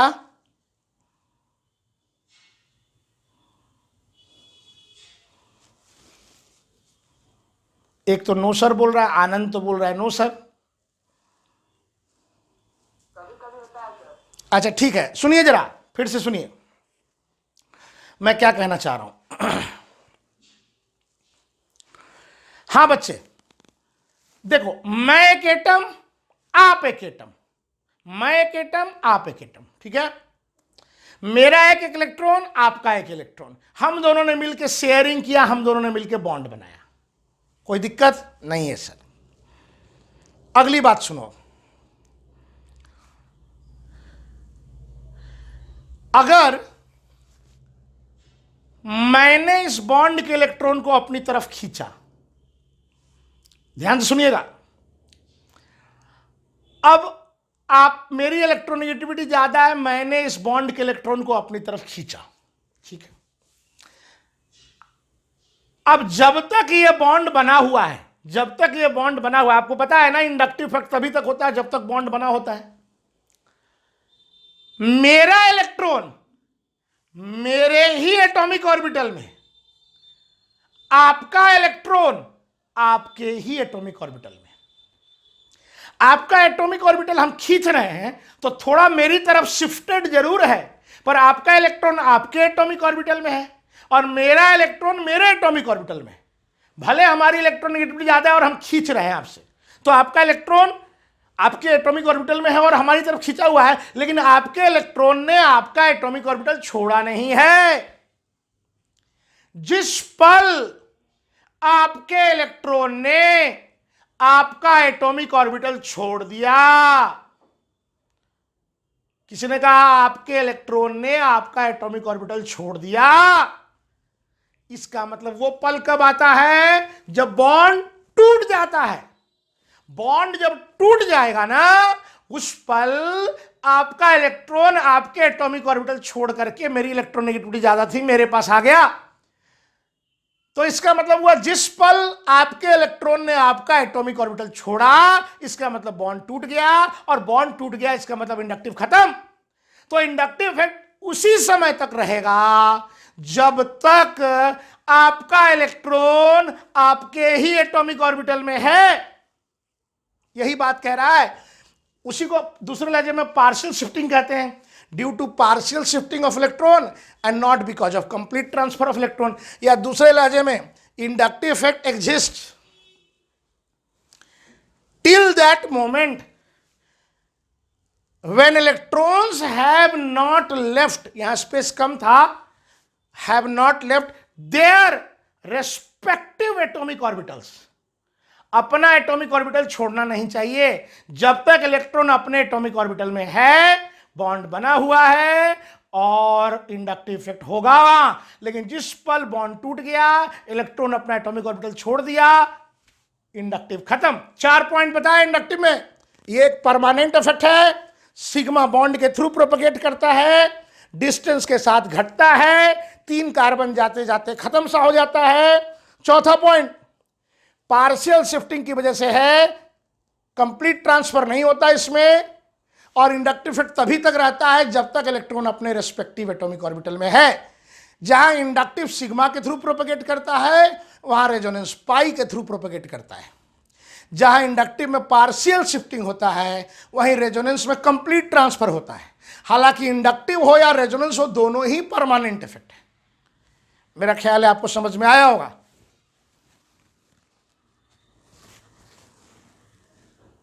क्या बच्चे, आया समझ में?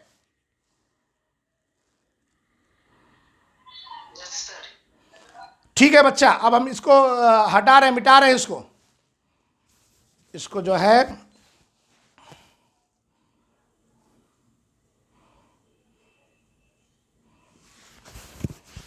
चलिए आगे बढ़ेंगे हम लोग।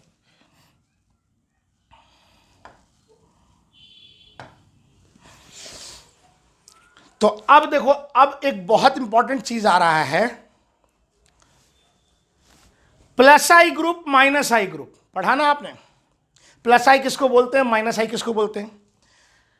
अब मैं प्लस आई का ऑर्डर लिखाऊंगा, माइनस आई का ऑर्डर लिखाऊंगा, और मैं उसको समझाऊंगा भी, लेकिन आपको वो ऑर्डर याद करना पड़ेगा। बिना ऑर्डर याद किए हुए आप नहीं पढ़ पाएंगे, आप नहीं चल पाएंगे, याद रखिएगा। सर आप लिखाओगे और उसका समझाओगे भी, और हमें याद भी करना है, तो सर समझ ही जाएंगे तो याद करने की क्या जरूरत है? बता देते हैं। देखो, हम आपको लिखाएंगे जो ऑर्डर, वो 10, 12, 15 एलिमेंट या ग्रुप का लिखाएंगे। क्यों?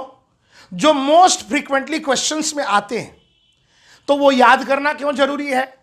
क्योंकि याद रहेगा तो हम फटाफट क्वेश्चंस को कर पाएंगे, क्योंकि वो फ्रीक्वेंटली यूज में आएंगे।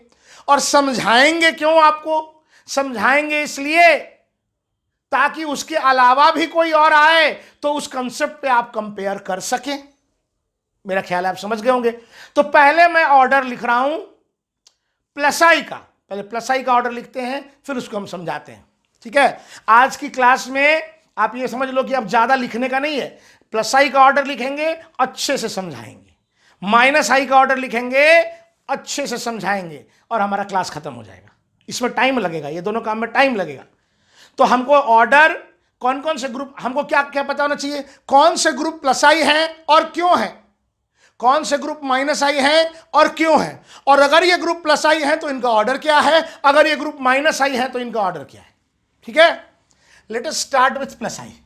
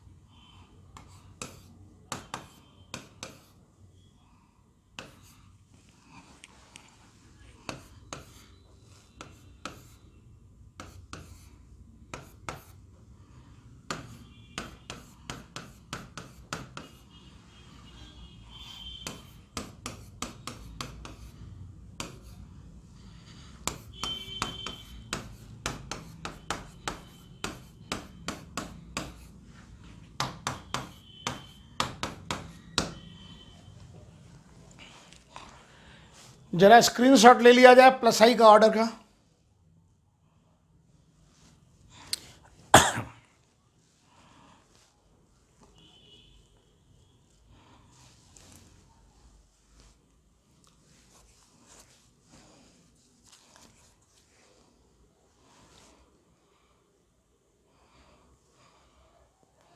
देखो बेटा, समझाते हैं जरा।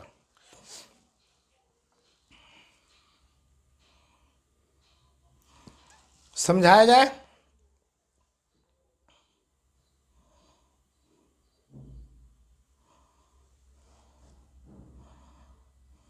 हाँ, जरा देखेंगे बच्चे। देखो,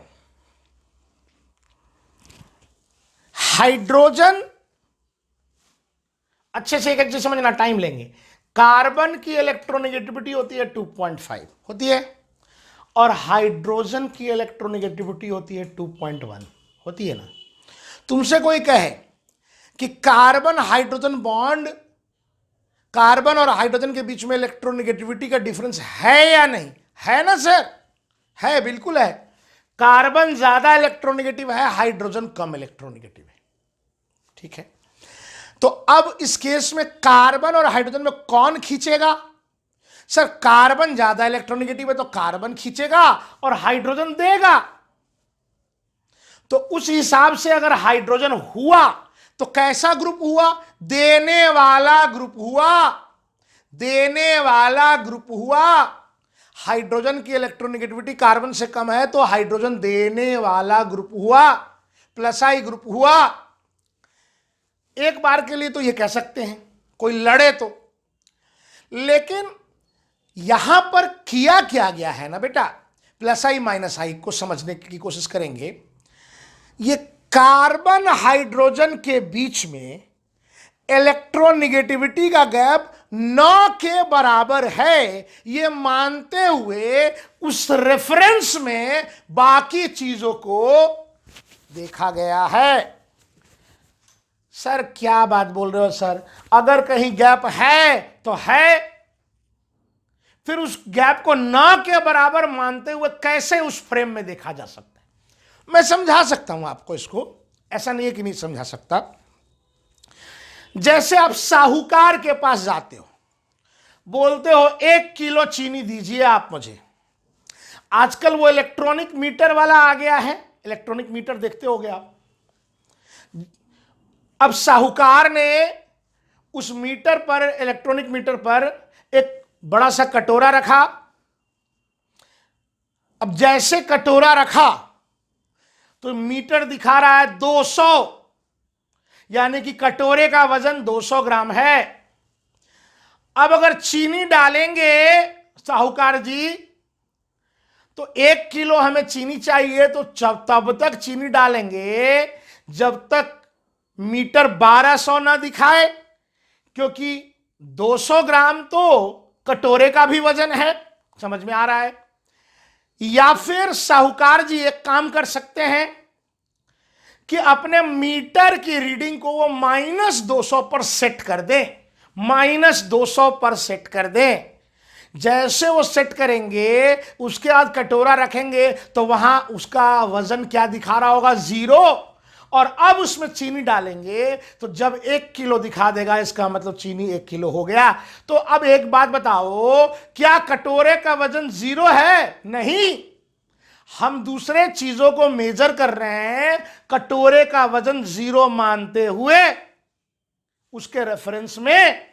बिल्कुल उसी तरह से मैं फिर से बताऊं, कार्बन हाइड्रोजन में इलेक्ट्रोनेगेटिविटी का डिफरेंस है और रहेगा, लेकिन ये -I+I का जो पैमाना है वो कार्बन हाइड्रोजन के बीच में इलेक्ट्रोनेगेटिविटी का गैप 9 के बराबर मानते हुए इस रेफरेंस फ्रेम में सेट किया गया है, देखा गया है।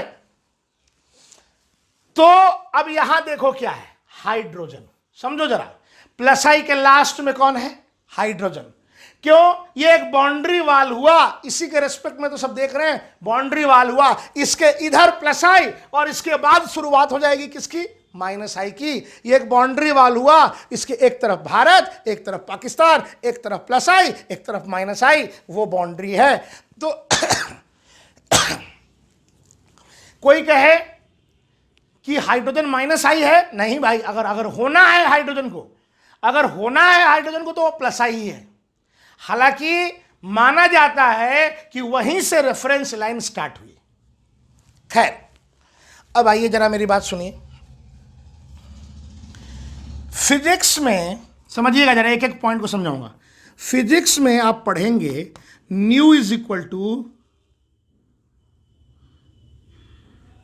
Is directly proportional to √K/m। Spring force जब पढ़ेंगे ना तो आप ये चीज सीखेंगे। सर हमको नहीं आता, ये कोई बात नहीं, हमको भी बहुत ज्यादा नहीं आता। हमको काम की बात यहां पे ये है कि ये जो न्यू है वो है फ्रीक्वेंसी, और ये जो m है वो है मास, और ये k कांस्टेंट है, स्प्रिंग कांस्टेंट बोलते हैं। तो ज्यादा नहीं, आपको इतना तो समझ में आ रहा होगा कि फ्रीक्वेंसी और मास इनवर्सली रिलेटेड हैं। अगर मास बढ़ेगा तो फ्रीक्वेंसी घटेगा, अगर मास घटेगा तो फ्रीक्वेंसी बढ़ेगा। ये फॉर्मूला होता है इस फिजिक्स में। इससे तो आपको इतना समझ में आ रहा होगा कि मास अगर घटेगा फ्रीक्वेंसी बढ़ेगा, मास अगर बढ़ेगा फ्रीक्वेंसी घटेगा। अब हम आपको समझाते हैं। जनरली किताबों में ये ऑर्डर लिखा हुआ रहता है, पर ये लोगों को समझ में नहीं आता कि क्यों ट्रिटियम का +I ड्यूटेरियम से ज्यादा है और क्यों ड्यूटेरियम का +I हाइड्रोजन से ज्यादा है। समझा रहे हैं, देखो समझना। ये कार्बन है और इसके साथ ये हाइड्रोजन जुड़ा हुआ है। समझिएगा, कार्बन के साथ हाइड्रोजन जुड़ा हुआ है, ये कार्बन है और उसके साथ ड्यूटेरियम जुड़ा हुआ है, और एक बार कार्बन के साथ ट्रिटियम जुड़ा हुआ है। हाइड्रोजन का मास कम, ड्यूटेरियम का मास ज्यादा, ट्रिटियम का मास और ज्यादा। तो मास जब बढ़ गया तो फ्रीक्वेंसी घट गई। हाइड्रोजन से ज्यादा मास ड्यूटेरियम का, ड्यूटेरियम से ज्यादा मास ट्रिटियम का। तो जैसे मास बढ़ा तो फ्रीक्वेंसी घट गई। फ्रीक्वेंसी सबसे ज्यादा किसका होगा? हाइड्रोजन का। तीनों में हाइड्रोजन, ड्यूटेरियम, ट्रिटियम में फ्रीक्वेंसी ज्यादा किसका होगा? हाइड्रोजन का। अब देखो, carbon hydrogen, carbon deuterium, carbon tritium, समझो इसको ऐसे समझाया जाता है। तो हाइड्रोजन का फ्रीक्वेंसी ज्यादा है, तो ये क्या कर रहा है? अपने मीन पोजीशन से ज्यादा ऑसिलेट कर रहा है, कभी यहां से यहां ऐसे जा रहा है। ड्यूटेरियम का मास थोड़ा ज्यादा हो गया तो फ्रीक्वेंसी कम हो गई, थोड़ा कम ऑसिलेट कर रहा है ऐसे ऐसे। और ट्रिटियम का मास और भी कम है, और सॉरी और ज़्यादा हो गया तो इसका फ्रीक्वेंसी सबसे कम होगा। तो ये ऐसे ही होगा। हाइड्रोजन फ्रीक्वेंसी ज़्यादा है, ड्यूटेरियम फ्रीक्वेंसी थोड़ा कम है क्योंकि मास ज़्यादा है। ट्रिटियम का फ्रीक्वेंसी और कम होगा क्योंकि मास उसका सबसे ज़्यादा है। समझ रहे हो?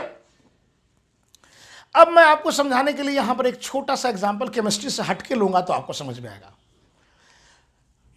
मान लीजिए बचपन का आपका एक दोस्त है, बहुत अच्छी दोस्ती है, लेकिन आज के डेट में वो काफी आगे बढ़ गया है और कभी वो सैन फ्रांसिस्को में रहता है, कभी पेरिस में रहता है, कभी बीजिंग में रहता है, कभी सिंगापुर में रहता है, कभी हांगकांग में रहता है, कभी वो इंडिया में भी रह लेता है।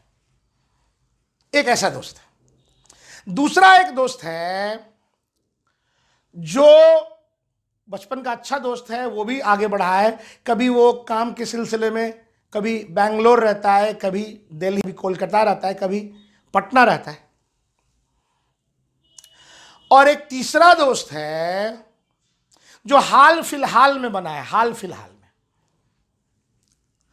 और वो कभी घर के बगल में रहता है, कभी घर से 1 किलोमीटर दक्षिण में रहता है, कभी 1 किलोमीटर उत्तर में रहता है। समझिए, मतलब एक दोस्त ऐसा जो दूसरे दूसरे देशों में रहता है, एक दोस्त ऐसा जो अपने देश में रहता है लेकिन दूसरे दूसरे शहरों में रहता है, और एक ऐसा दोस्त जो आपके शहर में ही रहता है, कभी थोड़ा आपके उत्तर में, कभी दक्षिण में, माने नजदीक रहता है आपके, और नया दोस्त बना है। ठीक है। अगर मान लो आपको पैसे की जरूरत पड़ती है तो थोड़ा सा आप शर्माएंगे, संकोच करेंगे, भले वो बहुत अच्छा दोस्त है पुराना वाला, क्या सोचेगा क्या नहीं सोचेगा, सैन फ्रांसिस्को वाला, बीजिंग वाला, है ना, क्या सोचेगा। तो आपकी जो ज़्यादा इफेक्टिव इंटरेक्शन होगी, ज़्यादा इफेक्टिव एक तरह से कहा जाए इंटरेक्शन, वो जो आपका वो दोस्त है जो आपके शहर में रह रहा है 100 किलोमीटर 5 किलोमीटर उत्तर या 5 किलोमीटर दक्षिण, 10 किलोमीटर उत्तर या 10 किलोमीटर दक्षिण, उससे ज़्यादा इंटरेक्शन होगा। अब इस कहानी को समझिए। देखिए, हाइड्रोजन कभी सैन फ्रांसिस्को में रह रहा है, कभी पटना में रह रहा है, कभी बीजिंग में रह रहा है। समझो, ड्यूटेरियम वाला केस, कभी कोलकाता में रह रहा है, कभी पटना में रह रहा है, कभी चेन्नई में रह रहा है। और ट्रिटियम वाला केस, कभी 5 किलोमीटर आपके घर के उत्तर में, कभी 5 किलोमीटर दक्षिण में। तो ज्यादा इफेक्टिव इंटरेक्शन कार्बन का किसके साथ होगा? ट्रिटियम के साथ, क्योंकि वो अपने मीन पोजीशन के अबाउट ज्यादा रह रहा है, ज्यादा। और हाइड्रोजन का क्या है, कभी इधर कभी उधर बहुत ज्यादा हो रहा है, उसके साथ उसका इंटरेक्शन बहुत इफेक्टिव नहीं होगा। अब 3 बातें जो बताया हमने, यहां से निकले थे बताने एक और चीज, और उसके साथ साथ एक और बहुत महत्वपूर्ण चीज बता रहे हैं। ये बताओ, ज्यादा इफेक्टिव इंटरेक्शन किसके साथ हुआ कार्बन का? हाइड्रोजन या ड्यूटेरियम या ट्रिटियम? ट्रिटियम। तो ज्यादा इफेक्टिव बॉन्ड कौन बनाएगा, ज्यादा मजबूत बॉन्ड कौन होगा? ट्रिटियम के साथ। ये दिमाग में डाल लीजिए। ये मेरा मकसद बताने का नहीं था अभी, लेकिन ये साथ साथ ये भी बता रहे हैं। एक नियम, हैवियर आइसोटोप ज्यादा स्ट्रॉन्ग बॉन्ड बनाते हैं। हैवियर आइसोटोप ज्यादा स्ट्रॉन्ग बॉन्ड बनाते हैं। हाइड्रोजन से ज्यादा स्ट्रॉन्ग बॉन्ड ड्यूटेरियम बनाएगा, और ड्यूटेरियम से ज्यादा स्ट्रॉन्ग बॉन्ड ट्रिटियम बनाएगा। कार्बन 12 और कार्बन 14 ये दोनों भी आइसोटोप्स हैं, लेकिन कार्बन 12 से ज्यादा स्ट्रॉन्ग बॉन्ड कार्बन 14 बनाएगा। हैवियर आइसोटोप्स ज्यादा स्ट्रॉन्ग बॉन्ड बनाते हैं, क्योंकि उनका इंटरेक्शन ज्यादा इफेक्टिव होता है, क्योंकि वो अपने मीन पोजीशन के अबाउट ज्यादा रहते हैं, क्योंकि मास ज्यादा तो फ्रीक्वेंसी कम। पहली बात तो ये हो गई। दूसरा, जिसके साथ ज्यादा इफेक्टिव इंटरेक्शन होगा, लेन देन उसी से ना ज्यादा अच्छा होगा जी। तो हाइड्रोजन से ज्यादा अच्छा इंटरेक्शन ड्यूटेरियम के साथ था, ड्यूटेरियम से ज्यादा अच्छा इंटरेक्शन ट्रिटियम के साथ था। तो ज्यादा अच्छे से कौन इलेक्ट्रॉन दे पाएगा कार्बन को? जिसके साथ इंटरेक्शन ज्यादा अच्छा है, और वो कौन है? ट्रीटियम है, तो इसी वजह से हाइड्रोजन से प्लसाई टेंडेंसी ड्यूटेरियम की ज्यादा होगी और ड्यूटेरियम से प्लसाई टेंडेंसी ट्रीटियम की ज्यादा होगी। पहले यहां तक बताओ समझ में आया कि नहीं आया? वेट कर रहा हूं। Yes sir. क्लियर हुआ? क्यों आखिर किताबों में लिख देता है, पर क्यों आखिर ट्रीटियम का ड्यूटेरियम से ज्यादा है और ड्यूटेरियम का हाइड्रोजन से ज्यादा है, ये बता दिया प्लस आई। और ठीक है ना? दूसरी बात, हैवियर आइसोटोप याद रखना, हमेशा ज्यादा स्ट्रॉन्ग बॉन्ड बनाता है। यहां पर ये एक पॉइंट करके मैं लिख भी देता हूं आगे के लिए भी, heavier isotopes form relatively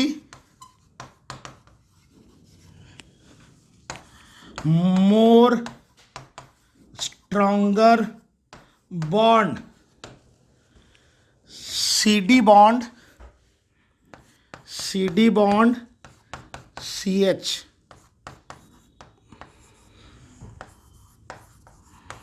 bond strength for example CD का बॉन्ड स्ट्रेंथ CH से ज्यादा होगा। खैर, तो HDT हो गया। अब आओ जरा सुनना ध्यान से, CH3 का ज्यादा है T से। अच्छा एक बात बताओ, समझो जरा, ये कार्बन है और इससे H जुड़ा हुआ है, H जुड़ा हुआ है, H जुड़ा हुआ है, CH3 हो गया। अब H की इलेक्ट्रोनेगेटिविटी कम है, कार्बन की ज्यादा है, H देगा, कार्बन खींचेगा, तो कार्बन खींच रहा है, कार्बन खींच रहा है, कार्बन खींच रहा है, कार्बन 3 हाइड्रोजन से खींच रहा है, तो कार्बन पर इलेक्ट्रॉन डेंसिटी ज्यादा ना हो गई जी। उस हाइड्रोजन से भी खींच रहा है, इस हाइड्रोजन से भी खींच रहा है, इस हाइड्रोजन से भी खींच रहा है, तो जिसके पास धन ज्यादा हो गया उसको किसी को देने का सामर्थ्य भी ज्यादा हो गया ना। अगर किसी के पास धन ज्यादा हो गया तो उसको किसी को देने का सामर्थ्य भी ज्यादा हो गया, सामर्थ्य। तो हाइड्रोजन ड्यूटेरियम ट्रीटियम से CH3 का प्लसाई टेंडेंसी ज्यादा होता है। क्यों सर? H से खींचा, H से खींचा, H से खींचा, तीनों से खींचा, तो कार्बन पर इलेक्ट्रॉन डेंसिटी ज्यादा हो गई तो उसकी देने की टेंडेंसी ज्यादा हो गई, तो CH3 का TDH से प्लसाई ज्यादा हो गया।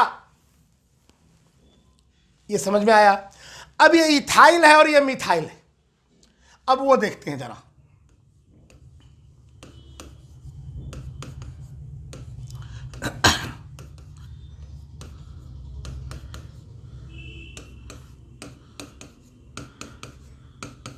सब लोग समझेंगे जरा?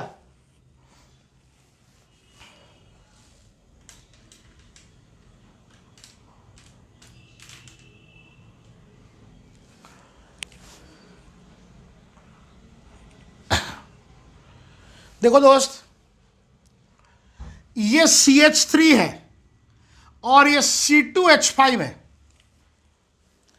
अब कह रहा है C2H5 का CH3 से ज्यादा होता है। कैसे सर? बताता हूं, देखो, देखना ध्यान से। देखो, हम इस कार्बन पर और इस कार्बन पर देख रहे हैं। देखो, ये कार्बन को H दे रहा है, H दे रहा है और H दे रहा है। इस कार्बन को H दे रहा है, H दे रहा है और CH3 दे रहा है। समझो जरा, ये कार्बन पर जैसे 2H है वैसे ही इस कार्बन पर 2H है, लेकिन एक जगह जहां H है वहां पर CH3 है। ठीक है? अब अभी हमने पढ़ा H से ज्यादा देने की टेंडेंसी CH3 की होती है। तो ये बताओ, ये वाला पार्ट तो कॉमन हो गया, H जितना देगा उससे ज्यादा ना देगा CH3, तो इस कार्बन पर इलेक्ट्रॉन डेंसिटी इसके अनुपात में ज्यादा होगा। तो जब ज्यादा होगा तो इसकी देने की टेंडेंसी भी ज्यादा होगी, तो C2H5 का प्लस आई CH3 से ज्यादा हो गया। सिंपल। और क्या सर? एक बार फिर से देखो, C2H5 लिखा, इस कार्बन पर 2H और एक मिथाइल है और यहां तीनों H है, तो 2H की बराबरी 2H कर लिया। अब एक H है और एक CH3 है। हमने अभी पढ़ा कि H से CH3 के देने की टेंडेंसी ज्यादा होती है, तो ज्यादा पावर से देगा तो इस वाले कार्बन पर इलेक्ट्रॉन डेंसिटी ज्यादा होगी, तो इसकी देने की टेंडेंसी इससे ज्यादा होगी। तो इथाइल की प्लसाई टेंडेंसी मिथाइल से ज्यादा हो गई। और बेटा इससे हम एक और चीज सीख रहे हैं, हर बढ़ते कार्बन के साथ 2 H भी बढ़ रहा है। इस वजह से जैसे मिथाइल से इथाइल की देने की टेंडेंसी ज्यादा हो गई, और कार्बन बढ़ेगा तो और भी टेंडेंसी ज्यादा हो जाएगी देने की। मिथाइल से ज्यादा इथाइल, इथाइल से ज्यादा प्रोपाइल, प्रोपाइल से ज्यादा ब्यूटाइल, ब्यूटाइल तक आ गए हम। हर कार्बन बढ़ रहा है और बढ़ने से देने की टेंडेंसी बढ़ रही है। अब यहां देखो ध्यान से, ये 4 कार्बन है, यहां भी 4 कार्बन है। अब फंस गए सर, कार्बन बढ़ रहा था देने की टेंडेंसी बढ़ रही थी। ये सेकेंडरी ब्यूटाइल है, ये नॉर्मल ब्यूटाइल है। सर आप बताइए, इसका आप ज्यादा दिखा रहे हैं और इससे भी ज्यादा टर्शियरी ब्यूटाइल का दिखा रहे हैं, क्यों और कैसे? अब मेरी बात समझना, तुमको बोले थे ना कुछ समय पहले, इंडक्टिव इफेक्ट डिस्टेंस डिपेंडेंट होता है, डिस्टेंस डिपेंडेंट। अब मेरी बात ध्यान से देखना, देखो ये जो पार्ट तुम देख रहे हो 3 कार्बन वाला, वो 3 कार्बन वाला पार्ट यहां भी है ना? इसके अलावा एक कार्बन यहां इस कार्बन से दूर है, और ये वाला कार्बन इसी कार्बन से जस्ट जुड़ा हुआ है। तो ये दूरी इस कार्बन से इसकी ज्यादा है ना बच्चे, तो ये यहां से कम दे पाएगा ना, क्योंकि इंडक्टिव इफेक्ट डिस्टेंस डिपेंडेंट होता है। जितना दूर से देगा तो उसका इफेक्ट कम फील होगा। ये बिल्कुल नजदीक से है तो ये ज्यादा दे पाएगा, तो इस कार्बन पर इलेक्ट्रॉन डेंसिटी ज्यादा होगी, इस कार्बन पर इलेक्ट्रॉन डेंसिटी कम होगी, तो इसकी इस वजह से देने की टेंडेंसी इससे ज्यादा होगी। यानी कि सुनो जरा सब लोग, पहली बात, मिथाइल, इथाइल, प्रोपाइल, ब्यूटाइल यानी कि अल्काइल ग्रुप प्लसाई ग्रुप होते हैं। अल्काइल ग्रुप कैसे ग्रुप होते हैं? प्लसाई ग्रुप होते हैं, ठीक है। दूसरी बात, अल्काइल ग्रुप के केस में अगर कार्बन की संख्या सेम हो, अगर कार्बन की संख्या सेम हो और ब्रांचिंग बढ़ जाए, कार्बन की संख्या सेम हो और ब्रांचिंग अगर बढ़ जाए, ब्रांच ज्यादा हो गया, तो ब्रांच ज्यादा होने से देखो ये 4 कार्बन स्टेट में था, यहां ब्रांच हो गया, तो ब्रांच होने से नजदीक आ जाता है, नजदीक आने से देने की टेंडेंसी बढ़ जाती है।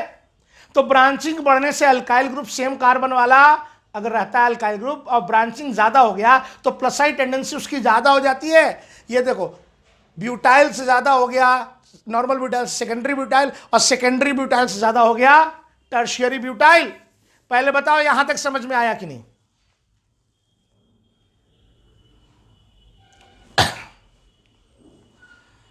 बोलो जी, यस सर। क्लियर है? Yes sir. H से ज्यादा D से ज्यादा T से ज्यादा मिथाइल, तब इथाइल। हर कार्बन बढ़ते हुए देने की टेंडेंसी बढ़ रही है। मिथाइल से ज्यादा इथाइल, इथाइल से ज्यादा प्रोपाइल। अब कोई बोलेगा सर प्रोपाइल, नॉर्मल प्रोपाइल और आइसोप्रोपाइल में किसका ज्यादा? आइसोप्रोपाइल का ज्यादा, क्योंकि ब्रांचिंग बढ़ गई, देने की टेंडेंसी और नजदीक आ गई, ज्यादा इलेक्ट्रॉन डेंसिटी हो गया। ऐसे यहां तक आ गया, ठीक है। अब देखो यहां पे क्या है, ये आपका टर्शियरी ब्यूटाइल हो या जो भी हो, ये सारे न्यूट्रल है, ये सारे न्यूट्रल है। लेकिन अगर इनको देखोगे ना, ये 4 ये निगेटिव चार्ज है। ये 4 जो देख रहे हो ना, ये निगेटिव चार्ज वाले हैं।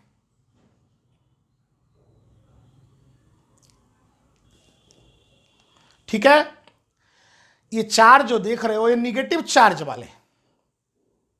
तो सर तुम ये बताओ किसी पर निगेटिव आ गया, इसका मतलब उसने इलेक्ट्रॉन ऑलरेडी कहीं से छीन लिया है, तो उस पर इलेक्ट्रॉन डेंसिटी ज्यादा हो गया। भाई किसी पर निगेटिव चार्ज का मतलब उसने ऑलरेडी कहीं से इलेक्ट्रॉन छीन लिया है, तो उस पर इलेक्ट्रॉन डेंसिटी न्यूट्रल वाले के कंपैरिजन में ज्यादा हो गया। तो जिसके पास धन ज्यादा, पैसा ज्यादा, इलेक्ट्रॉन ज्यादा, उसका देने का सामर्थ्य भी ज्यादा। दिमाग में छाप लो बच्चे, कोई भी निगेटिव चार्ज वाले स्पीशीज का, कोई भी निगेटिव चार्ज वाले स्पीशीज का न्यूट्रल स्पीशीज से प्लस आई टेंडेंसी ज्यादा होगा। कोई भी निगेटिव चार्ज वाले स्पीशीज का न्यूट्रल स्पीशीज से प्लस आई टेंडेंसी ज्यादा होगा। इसीलिए न्यूट्रल वाले सब बाद में हैं और निगेटिव चार्ज वाले पहले हैं, क्योंकि निगेटिव का मतलब उस पर ऑलरेडी इलेक्ट्रॉन डेंसिटी आ चुकी है।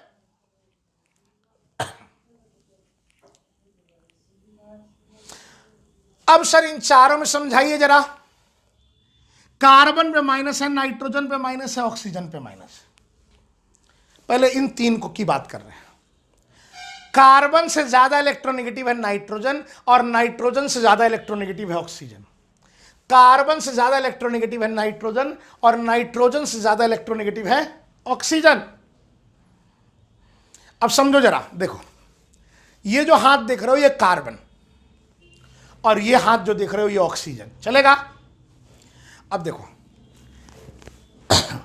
मान लो, एक मिनट, हाँ, मान लो ये कार्बन है, कार्बन पर माइनस, और मान लो ये ऑक्सीजन है, ऑक्सीजन पर माइनस। देख रहे हो बच्चे, ये कार्बन पर माइनस, ये ऑक्सीजन पर माइनस। कार्बन से ज्यादा इलेक्ट्रोनेगेटिव ऑक्सीजन है, ये वाला ज्यादा इलेक्ट्रोनेगेटिव है। इलेक्ट्रोनेगेटिविटी का मतलब क्या होता है? Tendency to attract the shared pair of electron. माने ये कार्बन से ज्यादा ऑक्सीजन है, ये इलेक्ट्रॉन को ज्यादा पकड़ के रखेगा। ज्यादा पकड़ के कौन रखेगा? जिसकी इलेक्ट्रोनेगेटिविटी ज्यादा है। अब देखो कार्बन पे माइनस, इसकी इलेक्ट्रोनेगेटिविटी कम है, कम है, ज्यादा अच्छे से पकड़ के नहीं रखेगा, मतलब किसी को ज्यादा आसानी से दे पाएगा। ऑक्सीजन ज्यादा इलेक्ट्रोनेगेटिव हो गया, उसकी इलेक्ट्रोनेगेटिविटी ज्यादा है, वो अपने इस इलेक्ट्रॉन को एकदम पकड़ के रखेगा, जल्दी किसी को देना नहीं चाहेगा।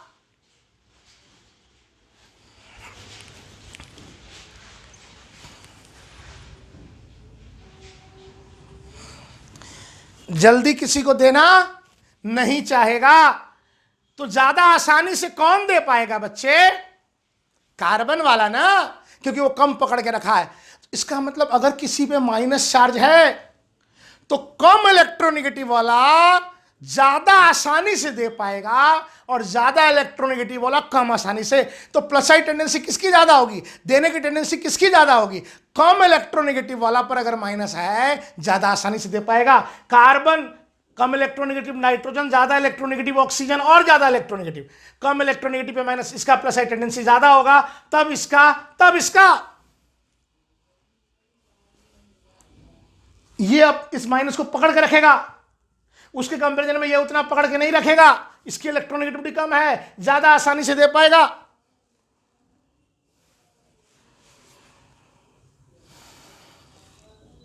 अब बच गया ये दोनों, अब बच गया ये दोनों। देखो ये O पे माइनस है, यहां भी O पे माइनस है, लेकिन O पे minus single bond, double bond, यहां ये रेजोनेंस में जा रहा है। O पे माइनस सिंगल, डबल, यहां बच्चे जो जानते हैं वो समझ लें, वरना हम लोग देखेंगे। O पे माइनस सिंगल, डबल, ये रेजोनेंस में जा रहा है। रेजोनेंस में जाने की वजह से ये माइनस चार्ज इन दोनों ऑक्सीजन के बीच में बटेगा। रेजोनेंस में जाने की वजह से माइनस चार्ज इन दोनों ऑक्सीजन के बीच में बटेगा। यहां पूरा माइनस इसी ऑक्सीजन पर है, और यहां रेजोनेंस में जाने की वजह से ये माइनस इन दोनों ऑक्सीजन के बीच में बटेगा।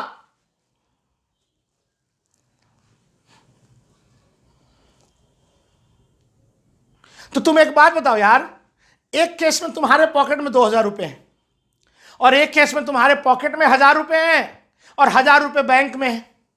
ज्यादा आसानी से किस केस में किसी को तुम पैसे दे पाओगे? जब तुम्हारे पॉकेट में है दोनों 1000, तभी ज्यादा आसानी से दे पाओगे।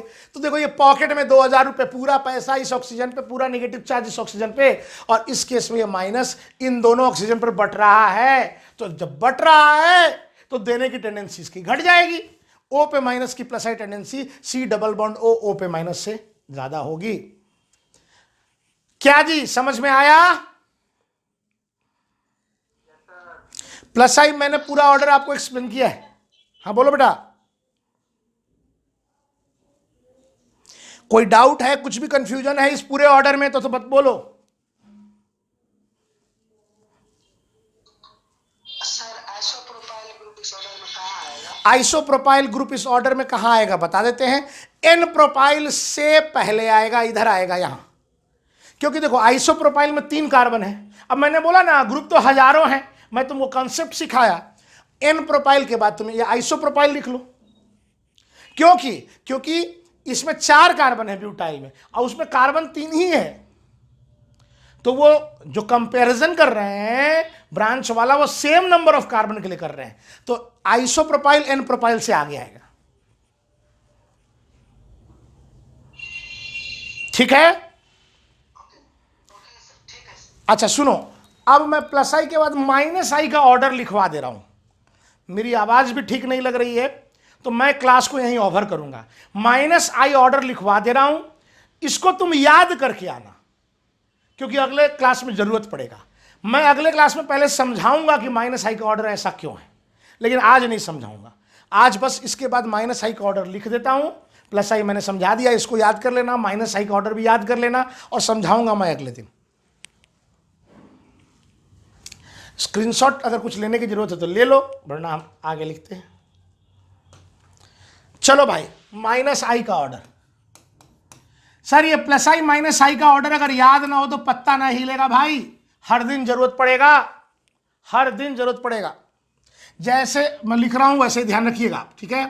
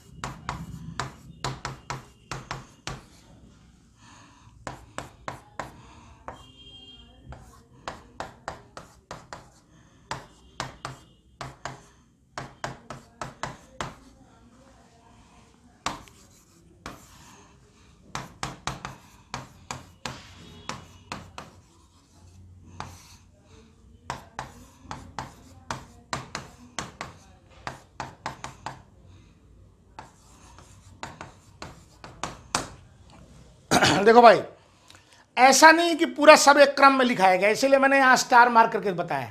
ये पूरा एक बार याद करिएगा, ये एक बार, ये एक बार, ये एक बार, ये एक बार, ऐसे, ठीक है? और OH का OR से ज्यादा होता है माइनस आई, लेकिन ये आप अभी नहीं समझ पाएंगे। सॉल्वेंट का कुछ असर होता है, कभी कभी OR का भी OH से ज्यादा होता है। आज मैं बता रहा हूं, कल आप लड़े मेरे से, बोले सर OH का OR से ज्यादा लिखाया है आपने, किसी किताब में हमने पढ़ा OR का OH से ज्यादा होता है। होता दोनों है, OH का भी OR से ज्यादा होता है और OR का भी OH से ज्यादा होता है। मेनली हम लोग ये यूज करेंगे, पर कुछ कुछ केसेस में ये भी होता है, वो हम आगे देखेंगे। आप स्क्रीनशॉट ले लीजिए। आज हम क्लास को यहीं एंड करेंगे और इसको याद करके आइएगा, परसों फिर क्लास होगी, हम इसको समझाएंगे और यहीं से आगे शुरू करेंगे। ठीक है बच्चों, आज यहीं क्लास एंड करें। चलो, thank you very much, thank you बेटा, थैंक यू वेरी मच। यहीं पे एंड करते हैं क्लास को। Thank you sir.